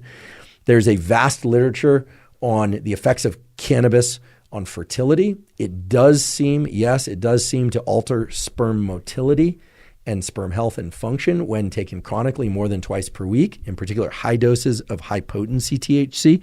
This is something we will cover in far more detail on a future episode all about fertility. And in females, there's an increase in estrogen as a consequence of smoking marijuana and increasing prolactin and estrogen in parallel. Whether or not that's detrimental isn't clear, although I point out that elevated estrogen and prolactin can be associated, not necessarily, and certainly not causative, but can be associated with elevated levels of or frequency of breast cancer detection. So cannabis and its effects on hormones are not without consequence. There are effects of cannabis on cortisol. In some individuals, it greatly increases cortisol due to the anxiety and paranoia it can create. And in other individuals, it reduces cortisol. Again, we have these divergent effects. But I want to be very clear. The effects on prolactin, meaning elevated prolactin, the effects on testosterone, meaning at least most studies point to reduced levels of testosterone and increased estrogen. That seems to be true for most all individuals that chronically use cannabis, whereas the effects on cortisol tend to be divergent. Cannabis increases cortisol in some individuals and decreases cortisol in others. In general, increases in cortisol that are ongoing are not healthy for us, and so on. And then, of course, there are other effects on hormones, and I'll just briefly summarize those, that THC in particular, not CBD, but THC in particular, is known to be strongly inhibitory for something called gonadotropin-releasing hormone. This is a hormone that's released from the brain, from the hypothalamus, that then feeds onto, or I should say signals to the pituitary gland, which is also near the roof of your mouth. A lot of stuff happening near the roof of your mouth, it turns out, biologically. And reduced levels of gonadotropin-releasing hormone caused by cannabis use, reduced levels of LH, luteinizing hormone, and FSH, which reduce levels of testosterone and sperm production in males, and egg health and ovulation and menstrual function in females. Now, I'm sure there are a number of women out there who will say they have perfectly normal menstrual cycles despite using cannabis. I'm certainly not going to dispute that. But if you are somebody who's trying to maximize fertility or regulate or balance hormones, marijuana and cannabis reduces GnRH, that is the gonadotropin released from the hypothalamus, and thereby reduces luteinizing hormone and follicle-stimulating hormone, which are released from the pituitary and travel in the bloodstream to support normal ovarian function and health and normal testicular function and health in females and males, respectively. Up until now, I've been discussing the biological and psychological effects of cannabis. Now I'd like to shift our attention to some of the negative health effects of cannabis and shine light on some of the individuals or groups out there that need to be especially wary of and probably avoid cannabis use entirely, including ingestion of cannabis by way of edible. And I frame things that way because I think there is an increasingly large number of people out there that appreciate that smoking tobacco or smoking cannabis, vaping tobacco, yes, vaping tobacco or vaping cannabis, each and all have negative health consequences on the lungs and on the so-called endothelial cells of the body, the cells that make up the vasculature, the capillaries and blood vessels. If you don't already know this, I'll make it very clear and I'll make it very brief. Whether or not you smoke or vape tobacco or cannabis, you are severely impairing the function of endothelial cells that make up the capillaries and blood vessels of your brain and body. And that is known to decrease cognitive capacity over time, increase probability of strokes, severely impact lung function, and also lead to things like peripheral neuropathies. It leads to sexual dysfunction because of lack of blood flow to the genitals, can lead to other aspects of reproductive damage, including to the ovaries and testes. Essentially, there is no other way to state it except that smoking and vaping have negative health consequences that are independent of the substances that people are trying to get into their bloodstream by smoking or vaping. So people smoke and vape tobacco and people smoke and vape cannabis. And in both cases, if we just set aside the direct effects of tobacco and the direct effects of cannabis, we can confidently say that the process of smoking, of inhaling smoke into the lungs, and yes, also vaping, bringing the chemicals that transport nicotine, or in this case, cannabis, into the lungs by way of vaping, are both severely detrimental to endothelial cells. I think a few years ago when vaping wasn't as prominent, there was this question and this idea that maybe vaping was going to be far healthier, or at least not as bad as smoking. But now we can see a huge number of negative health effects of vaping, some of which are distinct from the effects of smoking. So if you'd like more information on smoking versus vaping, please see the episode that I did on nicotine. We will also do an entire episode all about vaping in the future, but there's really no way to slice it and dice it or candy coat it. The fact of the matter is that smoking has clear and severe negative health consequences, regardless of whether or not you're smoking tobacco or cannabis, THC.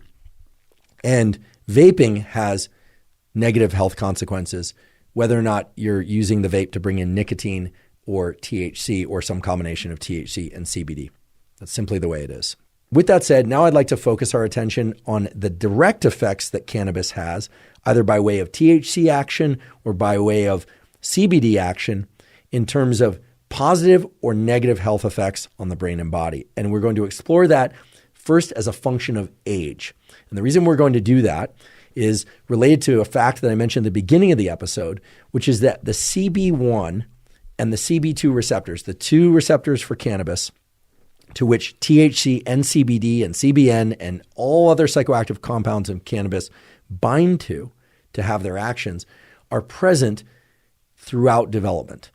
Believe it or not, they are present very soon after conception, and the CB1 and CB2 receptors actually play a critical role in the development of the fetus. Now, you might wonder why that is, because, of course, the developing fetus doesn't necessarily expect to see cannabis or to be exposed to cannabis and THC and CBD. But as you recall, endogenous cannabinoids are present in the adult brain and body, and endogenous cannabinoids, it turns out, are also present in the developing fetus. In fact, endogenous cannabinoids are present at much greater levels in the developing fetus than they are after a child is born. And levels of endogenous cannabinoids actually go down across development. I find this really interesting. What this means is that endogenous cannabinoids and activation of the CB1 and CB2 receptors are an integral part of neural development. And this is going to become especially relevant in considering whether or not pregnant mothers should or should not use cannabis or CBD. And it also points to some very interesting biology in terms of how the brain develops and how the body develops. Now, the development of the brain and nervous system and body is a fascinating and vast literature, certainly far too vast to cover in today's episode, especially at this late hour, as it were. But we will have a future episode all about brain development. In terms of the effects of cannabis, it's sufficient to say that cannabinoid receptors are present and active in the developing fetus. They are present and active in the newborn. They are present and active in adolescence. And across that time, from conception until adolescence, endogenous cannabinoids are mainly responsible for the actions of those cannabinoid receptors.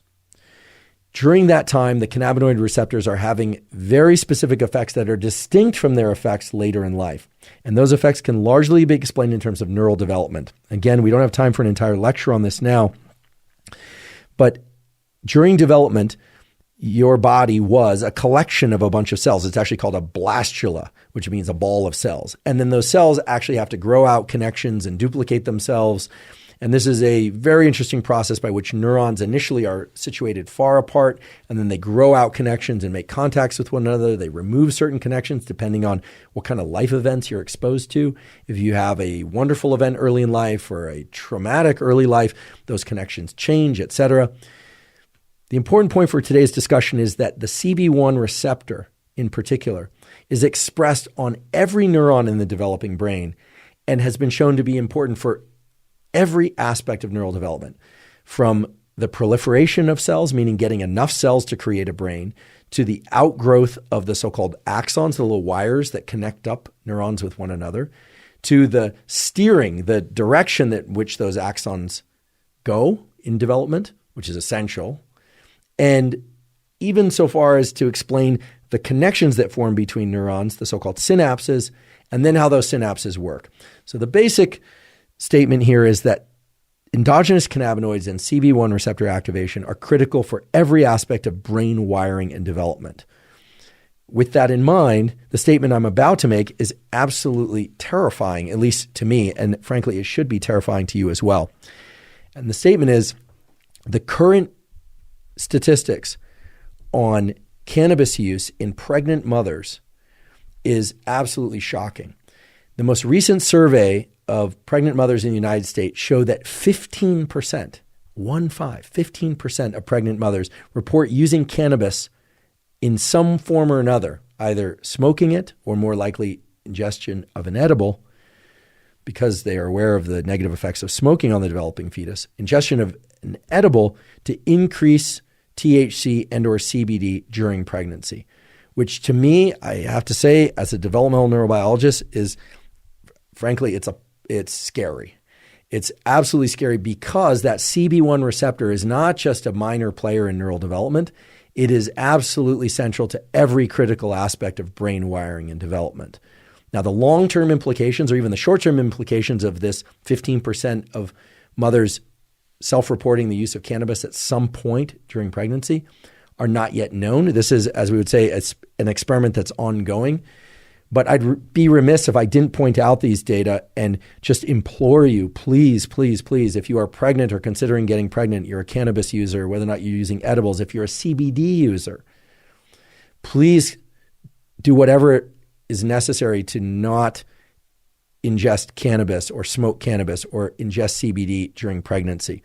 Now, there may be certain clinical indications by which your physician and your OBGYN and the pediatrician that will eventually be the pediatrician for your child will prescribe CBD, although it's hard to imagine what those are. I contacted a number of different pediatricians and OBGYNs, and not a single one said they would ever suggest, and in fact would strongly discourage their patients from using cannabis during pregnancy.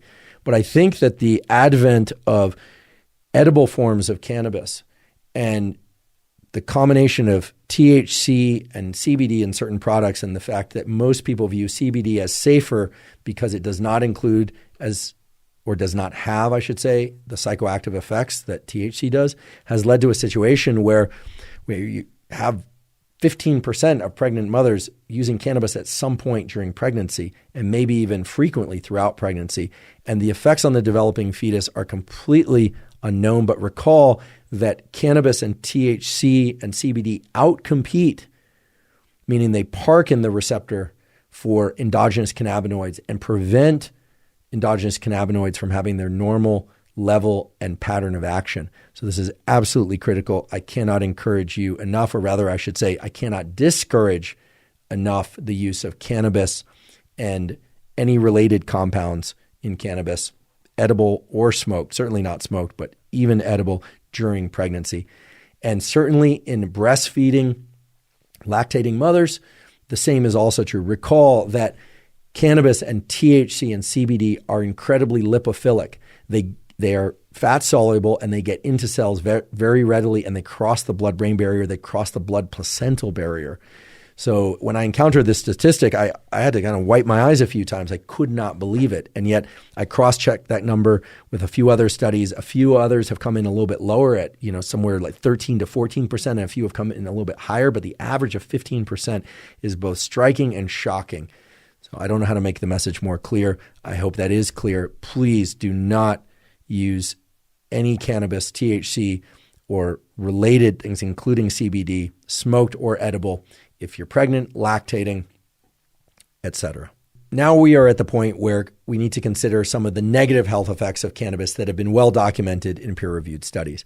And before I do this, I want to return to a point that I made earlier, which is that nothing I am about to say relates directly to issues of legality.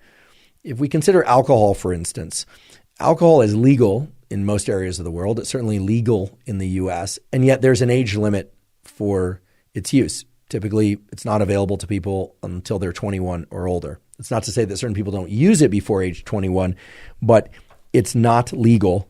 It is illegal to buy or possess alcohol, consume alcohol before age 21. And I think with good reason, because the brain is still developing.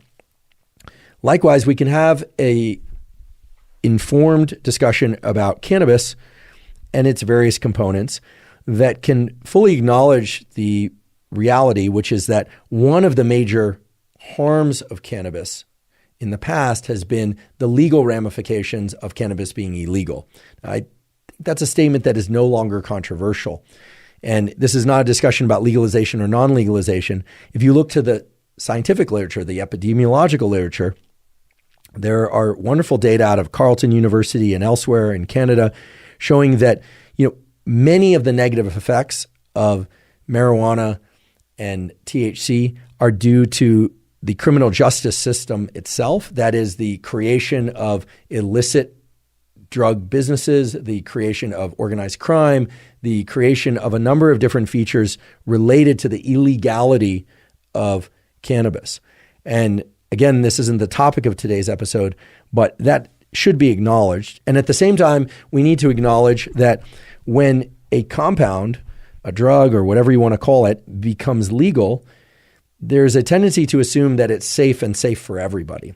And with respect to cannabis and THC, and perhaps even CBD, but certainly for THC and cannabis that's smoked or vaped or consumed in edible form, that is simply not the case. There are clear data pointing to negative health effects of cannabis use and THC use, which again is not to say that there are not positive effects on mood, anxiety, pain relief, etc. Those are out there and they exist, and we will mention some of those, of course, and we've talked about some of those, creativity, for instance, etc. But if we do not acknowledge the negative health effects that are documented in the literature, then we are overlooking some very important data, especially as it relates to the development of psychosis in certain individuals. So, with that said, there are very strong data, and I will provide links to these resources, pointing to the fact that for people who are chronic users of cannabis, that is using it twice a week or more, that over time their levels of anxiety actually increase. And this is true even for individuals that are using strains of cannabis that, while under the influence of cannabis, reduce anxiety. Over time, meaning over the course of 12 or more months, there is a well-documented effect of the anxiety relief that cannabis and THC initially brought being less and less potent. That is, people need to smoke more of it or ingest more THC in order to achieve the same level of anxiety relief. And in some cases, a switch from anxiety relief to increase in anxiety. And again, that's increase in anxiety not just when the drug is not being consumed, but also while under the influence of the drug. Why would that be? We have to go back to our understanding of the CB1 receptor and the potency with which THC binds to that CB1 receptor. When THC is brought into the system over and over again, meaning twice a week or more, the binding of THC to that CB1 receptor eventually causes a sort of habituation or attenuation of the entire process of binding the receptor and creating the psychoactive effects. So initially it creates anxiety relief, but over time, the affinity for the receptor doesn't change, meaning it can still park in that slot with a lot of affinity, a lot of strength, but there are fewer receptors available. And then the signaling that's downstream of those receptors becomes less and less robust. Now, this is a topic we didn't get into in too much detail today because I didn't want to include even more biological detail, but the CB1 receptor is a so-called G protein coupled receptor. That's a mouthful, but a G protein coupled receptor basically is like a bucket brigade. So while some receptors in the brain and body are such that when a chemical binds to them, that receptor has a direct action, like it opens and allows stuff to rush into the cell, increases the excitability of the cell, so-called fast effects. These G protein coupled receptors, and CB1 is a G protein coupled receptor, they are more like a bucket brigade where they kick off a process through one molecule that then is handed off to another molecule, that this then is handed off to another molecule. It's a long chain or cascade of events. Those long chains or cascades of events have a lot of opportunity for regulation, for adjustment. Receptor systems in the brain and body, especially receptor systems like the cannabinoid system that are used to being kind of tickled, not punched, tickled by endogenous cannabinoids. Every once in a while, some binds, has an effect, but certainly not bound with incredible potency and over again as they are when THC is coming into the system. Well, those systems eventually over time, they adjust themselves so that the body and those cells can achieve so-called homeostasis. So when people are using THC more than twice a week, what ends up happening is those G protein coupled receptors and the downstream signaling mechanisms start to adjust themselves, and it requires more and more drug, so either higher dosages or more frequent use. And a lot of the positive effects, the so-called decrease in anxiety, increased focus, increased creativity, some of that starts to wane. It starts to dissipate, and people wonder why they have to use so much cannabis just to achieve a fraction of the effect that they used to be able to achieve with even a lower dose. So anxiety is getting worse over time, and that's anxiety during the drug use and outside of the drug use. Some people work around that or try to work around that by using varying strains of cannabis or changing the pattern of delivery from, smoking to vaping, or from vaping to edible, and from edible to transdermal. Anyway, they go through a lot of gymnastics and writhing and seeking, but nonetheless, anxiety increases over time. Also, it's very clear that depression increases over time, and especially, this is surprising to me, but especially for individuals that were not depressed at the outset of their use. In other words, they didn't start using cannabis because they were depressed, but rather the depression starts to emerge as a consequence of the cannabis and THC use. So that's serious. In fact, we now know, based on really solid epidemiological evidence, that depression is not a strong predictor of seeking out cannabis. It doesn't drive terribly many people to seek out cannabis use. But cannabis use itself makes people 4 times likelier to develop a chronic major depression. So anxiety is increasing, depression is increasing, and this turns out to be especially relevant and important to young people. Why do I say that? Well, if you look at the data, and again, I think some of the strongest data are data to come out of the Canadian system. They've done some really beautiful controlled studies. I really hope to invite some of the people who arranged and ran those studies as guests onto the Huberman Lab podcast. But if you look at the data out of Canada, or you look at some of the data out of Northern Europe and the US, what you find is that the probability that somebody will use cannabis and then go on to use it chronically correlates very strongly with age. So for instance, some of the highest degree of cannabis use is among individuals 16 to 24 years old. In fact, in individuals who are 16 to 24 years old, and in particular in students and people who are working, surprising, more than in unemployed populations, being young, 16 to 24, at least to me that's young, and being a student or working doubles the likelihood that somebody is going to use cannabis on a regular basis, twice or more per week. The typical age of initiating cannabis use nowadays is about 19 years old, so 18.7, and about 20% of people in that age bracket of 16 to 24 years old are using cannabis daily, either by vaping, by smoking, or by edible. That's an enormous number, at least by my read, it's an enormous number. And here's why it's of really serious concern. During the ages of 16 to 24, the cannabinoid receptors are still available. They are not being as strongly driven by endogenous cannabinoids, but by ingestion of THC and or CBD, there are downstream effects on the signaling within those cells that all the data point to creating a much, much higher likelihood of developing major depression, severe anxiety, or psychosis at later ages. So to be very clear, cannabis use between the ages of 16 to 24 in both males and females is increasing anxiety, increasing depression in the immediate years and within the 1 year's time or so, so much so that people are using the cannabis ongoing in an attempt to reduce that anxiety and reduce that depression. But in addition to that, the cannabis use, and because of the signaling mechanisms involved, are predisposing those individuals to psychosis later in life.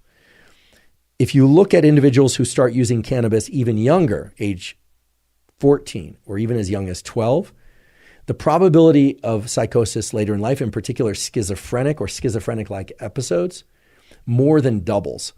So this is of really serious concern. And this is completely aside from any so-called positive effects or beneficial effects of cannabis that people might derive from occasional use as adults, meaning people older than 25. So for the person who's older than 25 who, eats an edible every once in a while, or who smokes cannabis every once in a while, and, people love to make the argument, it's not as bad as alcohol, right? Which frankly is a terrible argument, because if you saw our episode on alcohol is pretty bad. But even so, it's just not a good argument. Saying that something is good because it's not as bad as something else is simply just not a good or valid argument, at least not biologically speaking.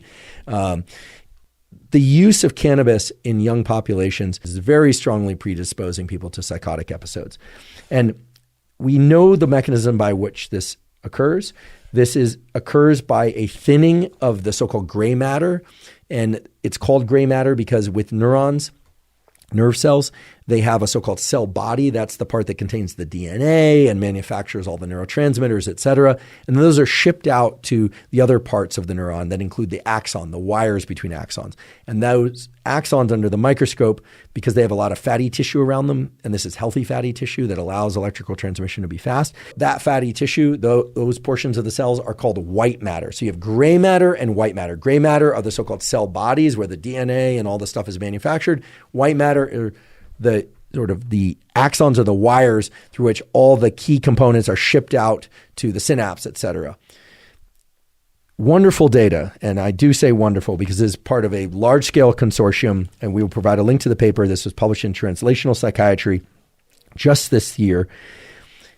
Point to the fact that adolescent cannabis use accelerates the thinning of the prefrontal cortex and the gray matter in particular. So what this means is, while during normal development, the gray matter, the prefrontal cortex, and all the cells there are indeed intended. It's a normal process for it to thicken and then thin a little bit as connections are adjusted and people learn and mature and grow up. This is part of the normal, healthy maturational process, independent of cannabis use.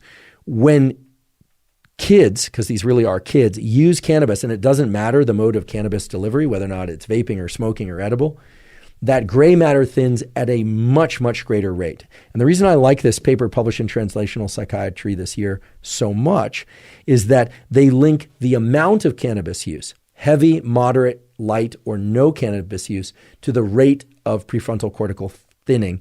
And it's absolutely clear from these data that the more often young people, meaning individuals between the age of 14 and 25, the more often they consume or smoke or vape cannabis, the faster and the more extreme that cortical thinning is. And the cortical thinning is occurring in exactly the area of the brain that's involved in planning, in control over one's emotions, in reflexes, in organizing one's life in a number of different ways, anywhere from cleaning one's room, literally, knowing what goes where, to making plans that extend out through the day, through the week, through a year. Essentially becoming a functional human being involves using your prefrontal cortex in a variety of different contexts and different sort of time domains, the time domain of an hour, the time domain of a day. Making plans and being able to execute plans is fundamental to being a healthy human being. And it's absolutely clear from these data that the more cannabis one uses, the more impaired those neural circuits are. There's simply no other way to view these data. In fact, so much so that even small amounts of cannabis use are associated with rates of cortical thinning and degrees of cortical thinning that are really detrimental and concerning for normal cognitive processes. If you were somebody who smoked marijuana or consumed cannabis in any form or another during adolescence, does that mean that your prefrontal cortex can never be rescued, that it can't come back? Well, the short answer is it probably can be rescued to some degree. It will depend on how much cannabis you were using and how often and what strains of cannabis, et cetera. There's really no traveling back in time. As my graduate advisor used to say, time machines are broken. At least for now, we don't have time machines. So all you can really do is try and emphasize, first of all, quitting cannabis in any form, and focusing on behaviors that emphasize endothelial cell blood flow health to the brain. So that would be cardiovascular exercise, adequate nutrition, not smoking nicotine, and there are a number of other things that one can do. We will do an entire episode all about trying to reverse the effects of cannabis and other drug use during adolescence. We don't have time to do a deep dive on that right now, but all the things that standardize and kind of promote health, adequate sleep, good social connection, regular cardiovascular and weight training exercise, healthy nutrition, what that represents to you, healthy metabolic function and weight, et cetera. Those are all going to facilitate some recovery of brain function, in particular prefrontal cortical function, by way of all the positive effects that those behaviors and choices have.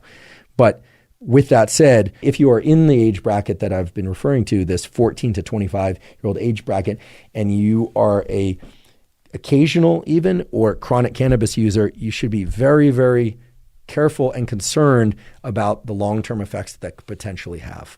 That statement is bolstered by another statistic, which is that unlike a lot of other drugs, the rate of cannabis use is strongly related to how dangerous people perceive cannabis to be.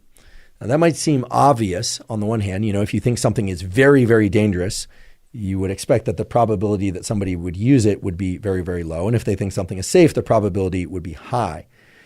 But that isn't necessarily the case. If you think about it, cannabis is a unique instance in which nowadays we are hearing, yes, it's becoming legal in a number of areas, and we talked earlier about why that's probably a good thing in most circumstances, but that we aren't just hearing that cannabis is safe, or it's not just being implied that cannabis is safer, but many more people are talking about the positive effects of cannabis without a lot of discussion about the negative effects of cannabis. And I realize that saying this is going to upset some people out there, because I know that there are a number of people who fought very hard for the legalization process, and I want to acknowledge that.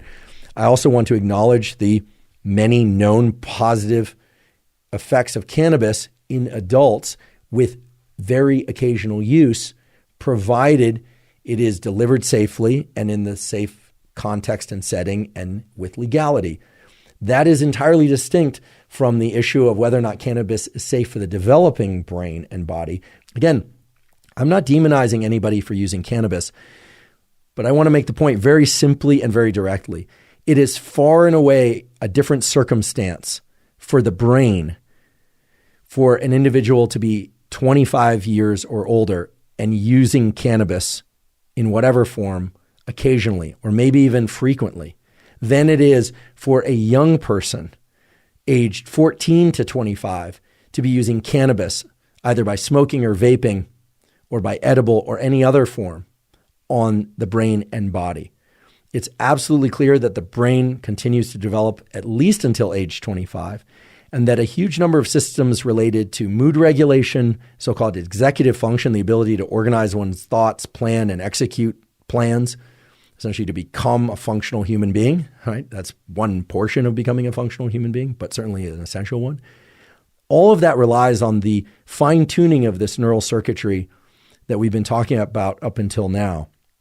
And it's abundantly clear that cannabis and THC in particular dramatically disrupt those processes.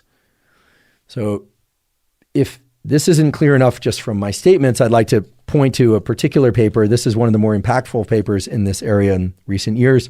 This is a paper published in Lancet Psychiatry in 2022. The title is Association of Cannabis Potency with Mental Ill Health and Addiction, a Systematic Review. There are a number of very important points in this very fine paper. Lancet Psychiatry is one of the premier medical journals out there.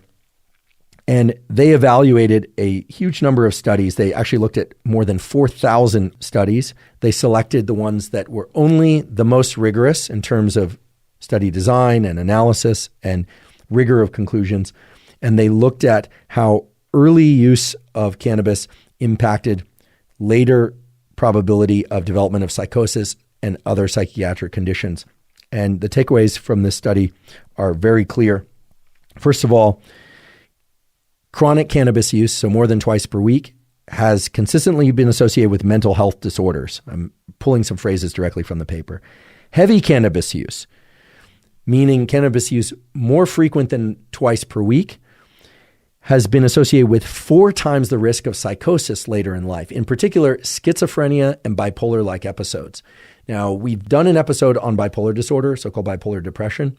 We have not yet done one on schizophrenia, but both bipolar disorder and schizophrenia have a very, very strong genetic component. There's a 30 times greater likelihood that you'll have bipolar disorder if you have a first relative who has bipolar disorder.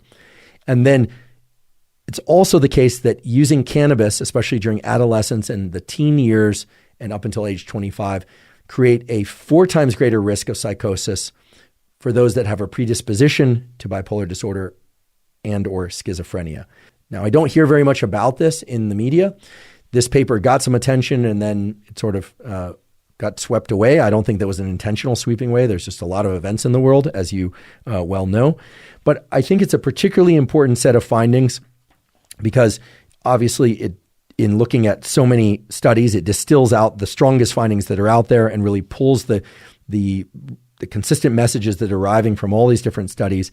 And as they point out, and again, I'm paraphrasing here, this is the first systematic review of the association of cannabis potency. And all of the data point to a very clear conclusion, which is the more potent the THC concentration, the higher probability of developing psychosis or a major depressive episode or a major anxiety disorder later in life.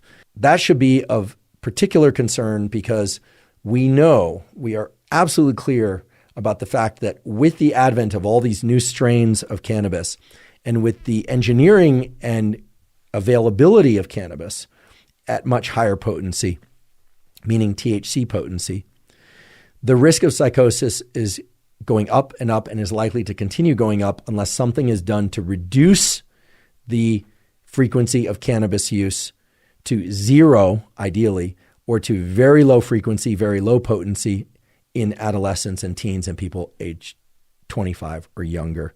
I know a lot of people don't want to hear this message because, first of all, it's alarming. And second of all, as I mentioned earlier, the statistics tell us that the greatest number of people that are starting to use cannabis are in the age bracket of 16 to 24. Many of them are functional in other areas of life. They are students, they are employed, etc.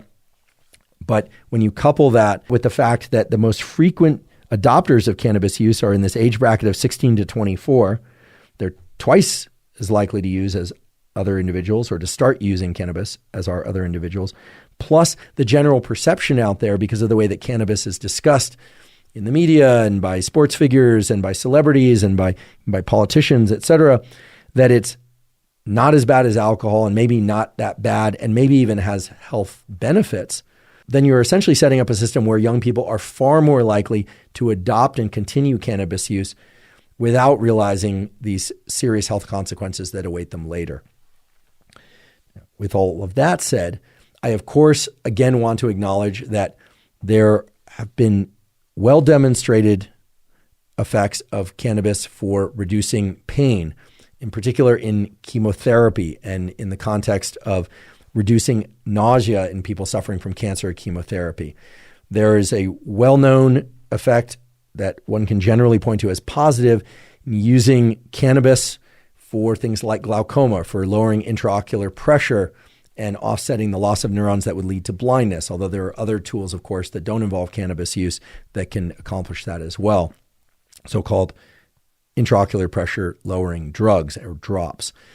There is a list of probably a dozen or more psychological and bodily ailments that can be aided by cannabis use, in particular edible cannabis use of particular strains. I, of course, am going to address each and every one of those in episodes where I'm talking, for instance, about eye disease or about chronic pain. I am in no way, shape, or form trying to rob the incredible efforts of the laboratories and people that have worked very hard to study and establish the valid uses of cannabis for treating various ailments and that continue to study cannabis in order to try and ameliorate the symptoms of different ailments. But today I really wanted to emphasize the biology of cannabis, some of the often discussed effects, I guess one could call them positive effects, things like enhanced creativity, and really point to the nuance and actually the divergence of people who take cannabis, and some experience heightened levels of creativity and some do not.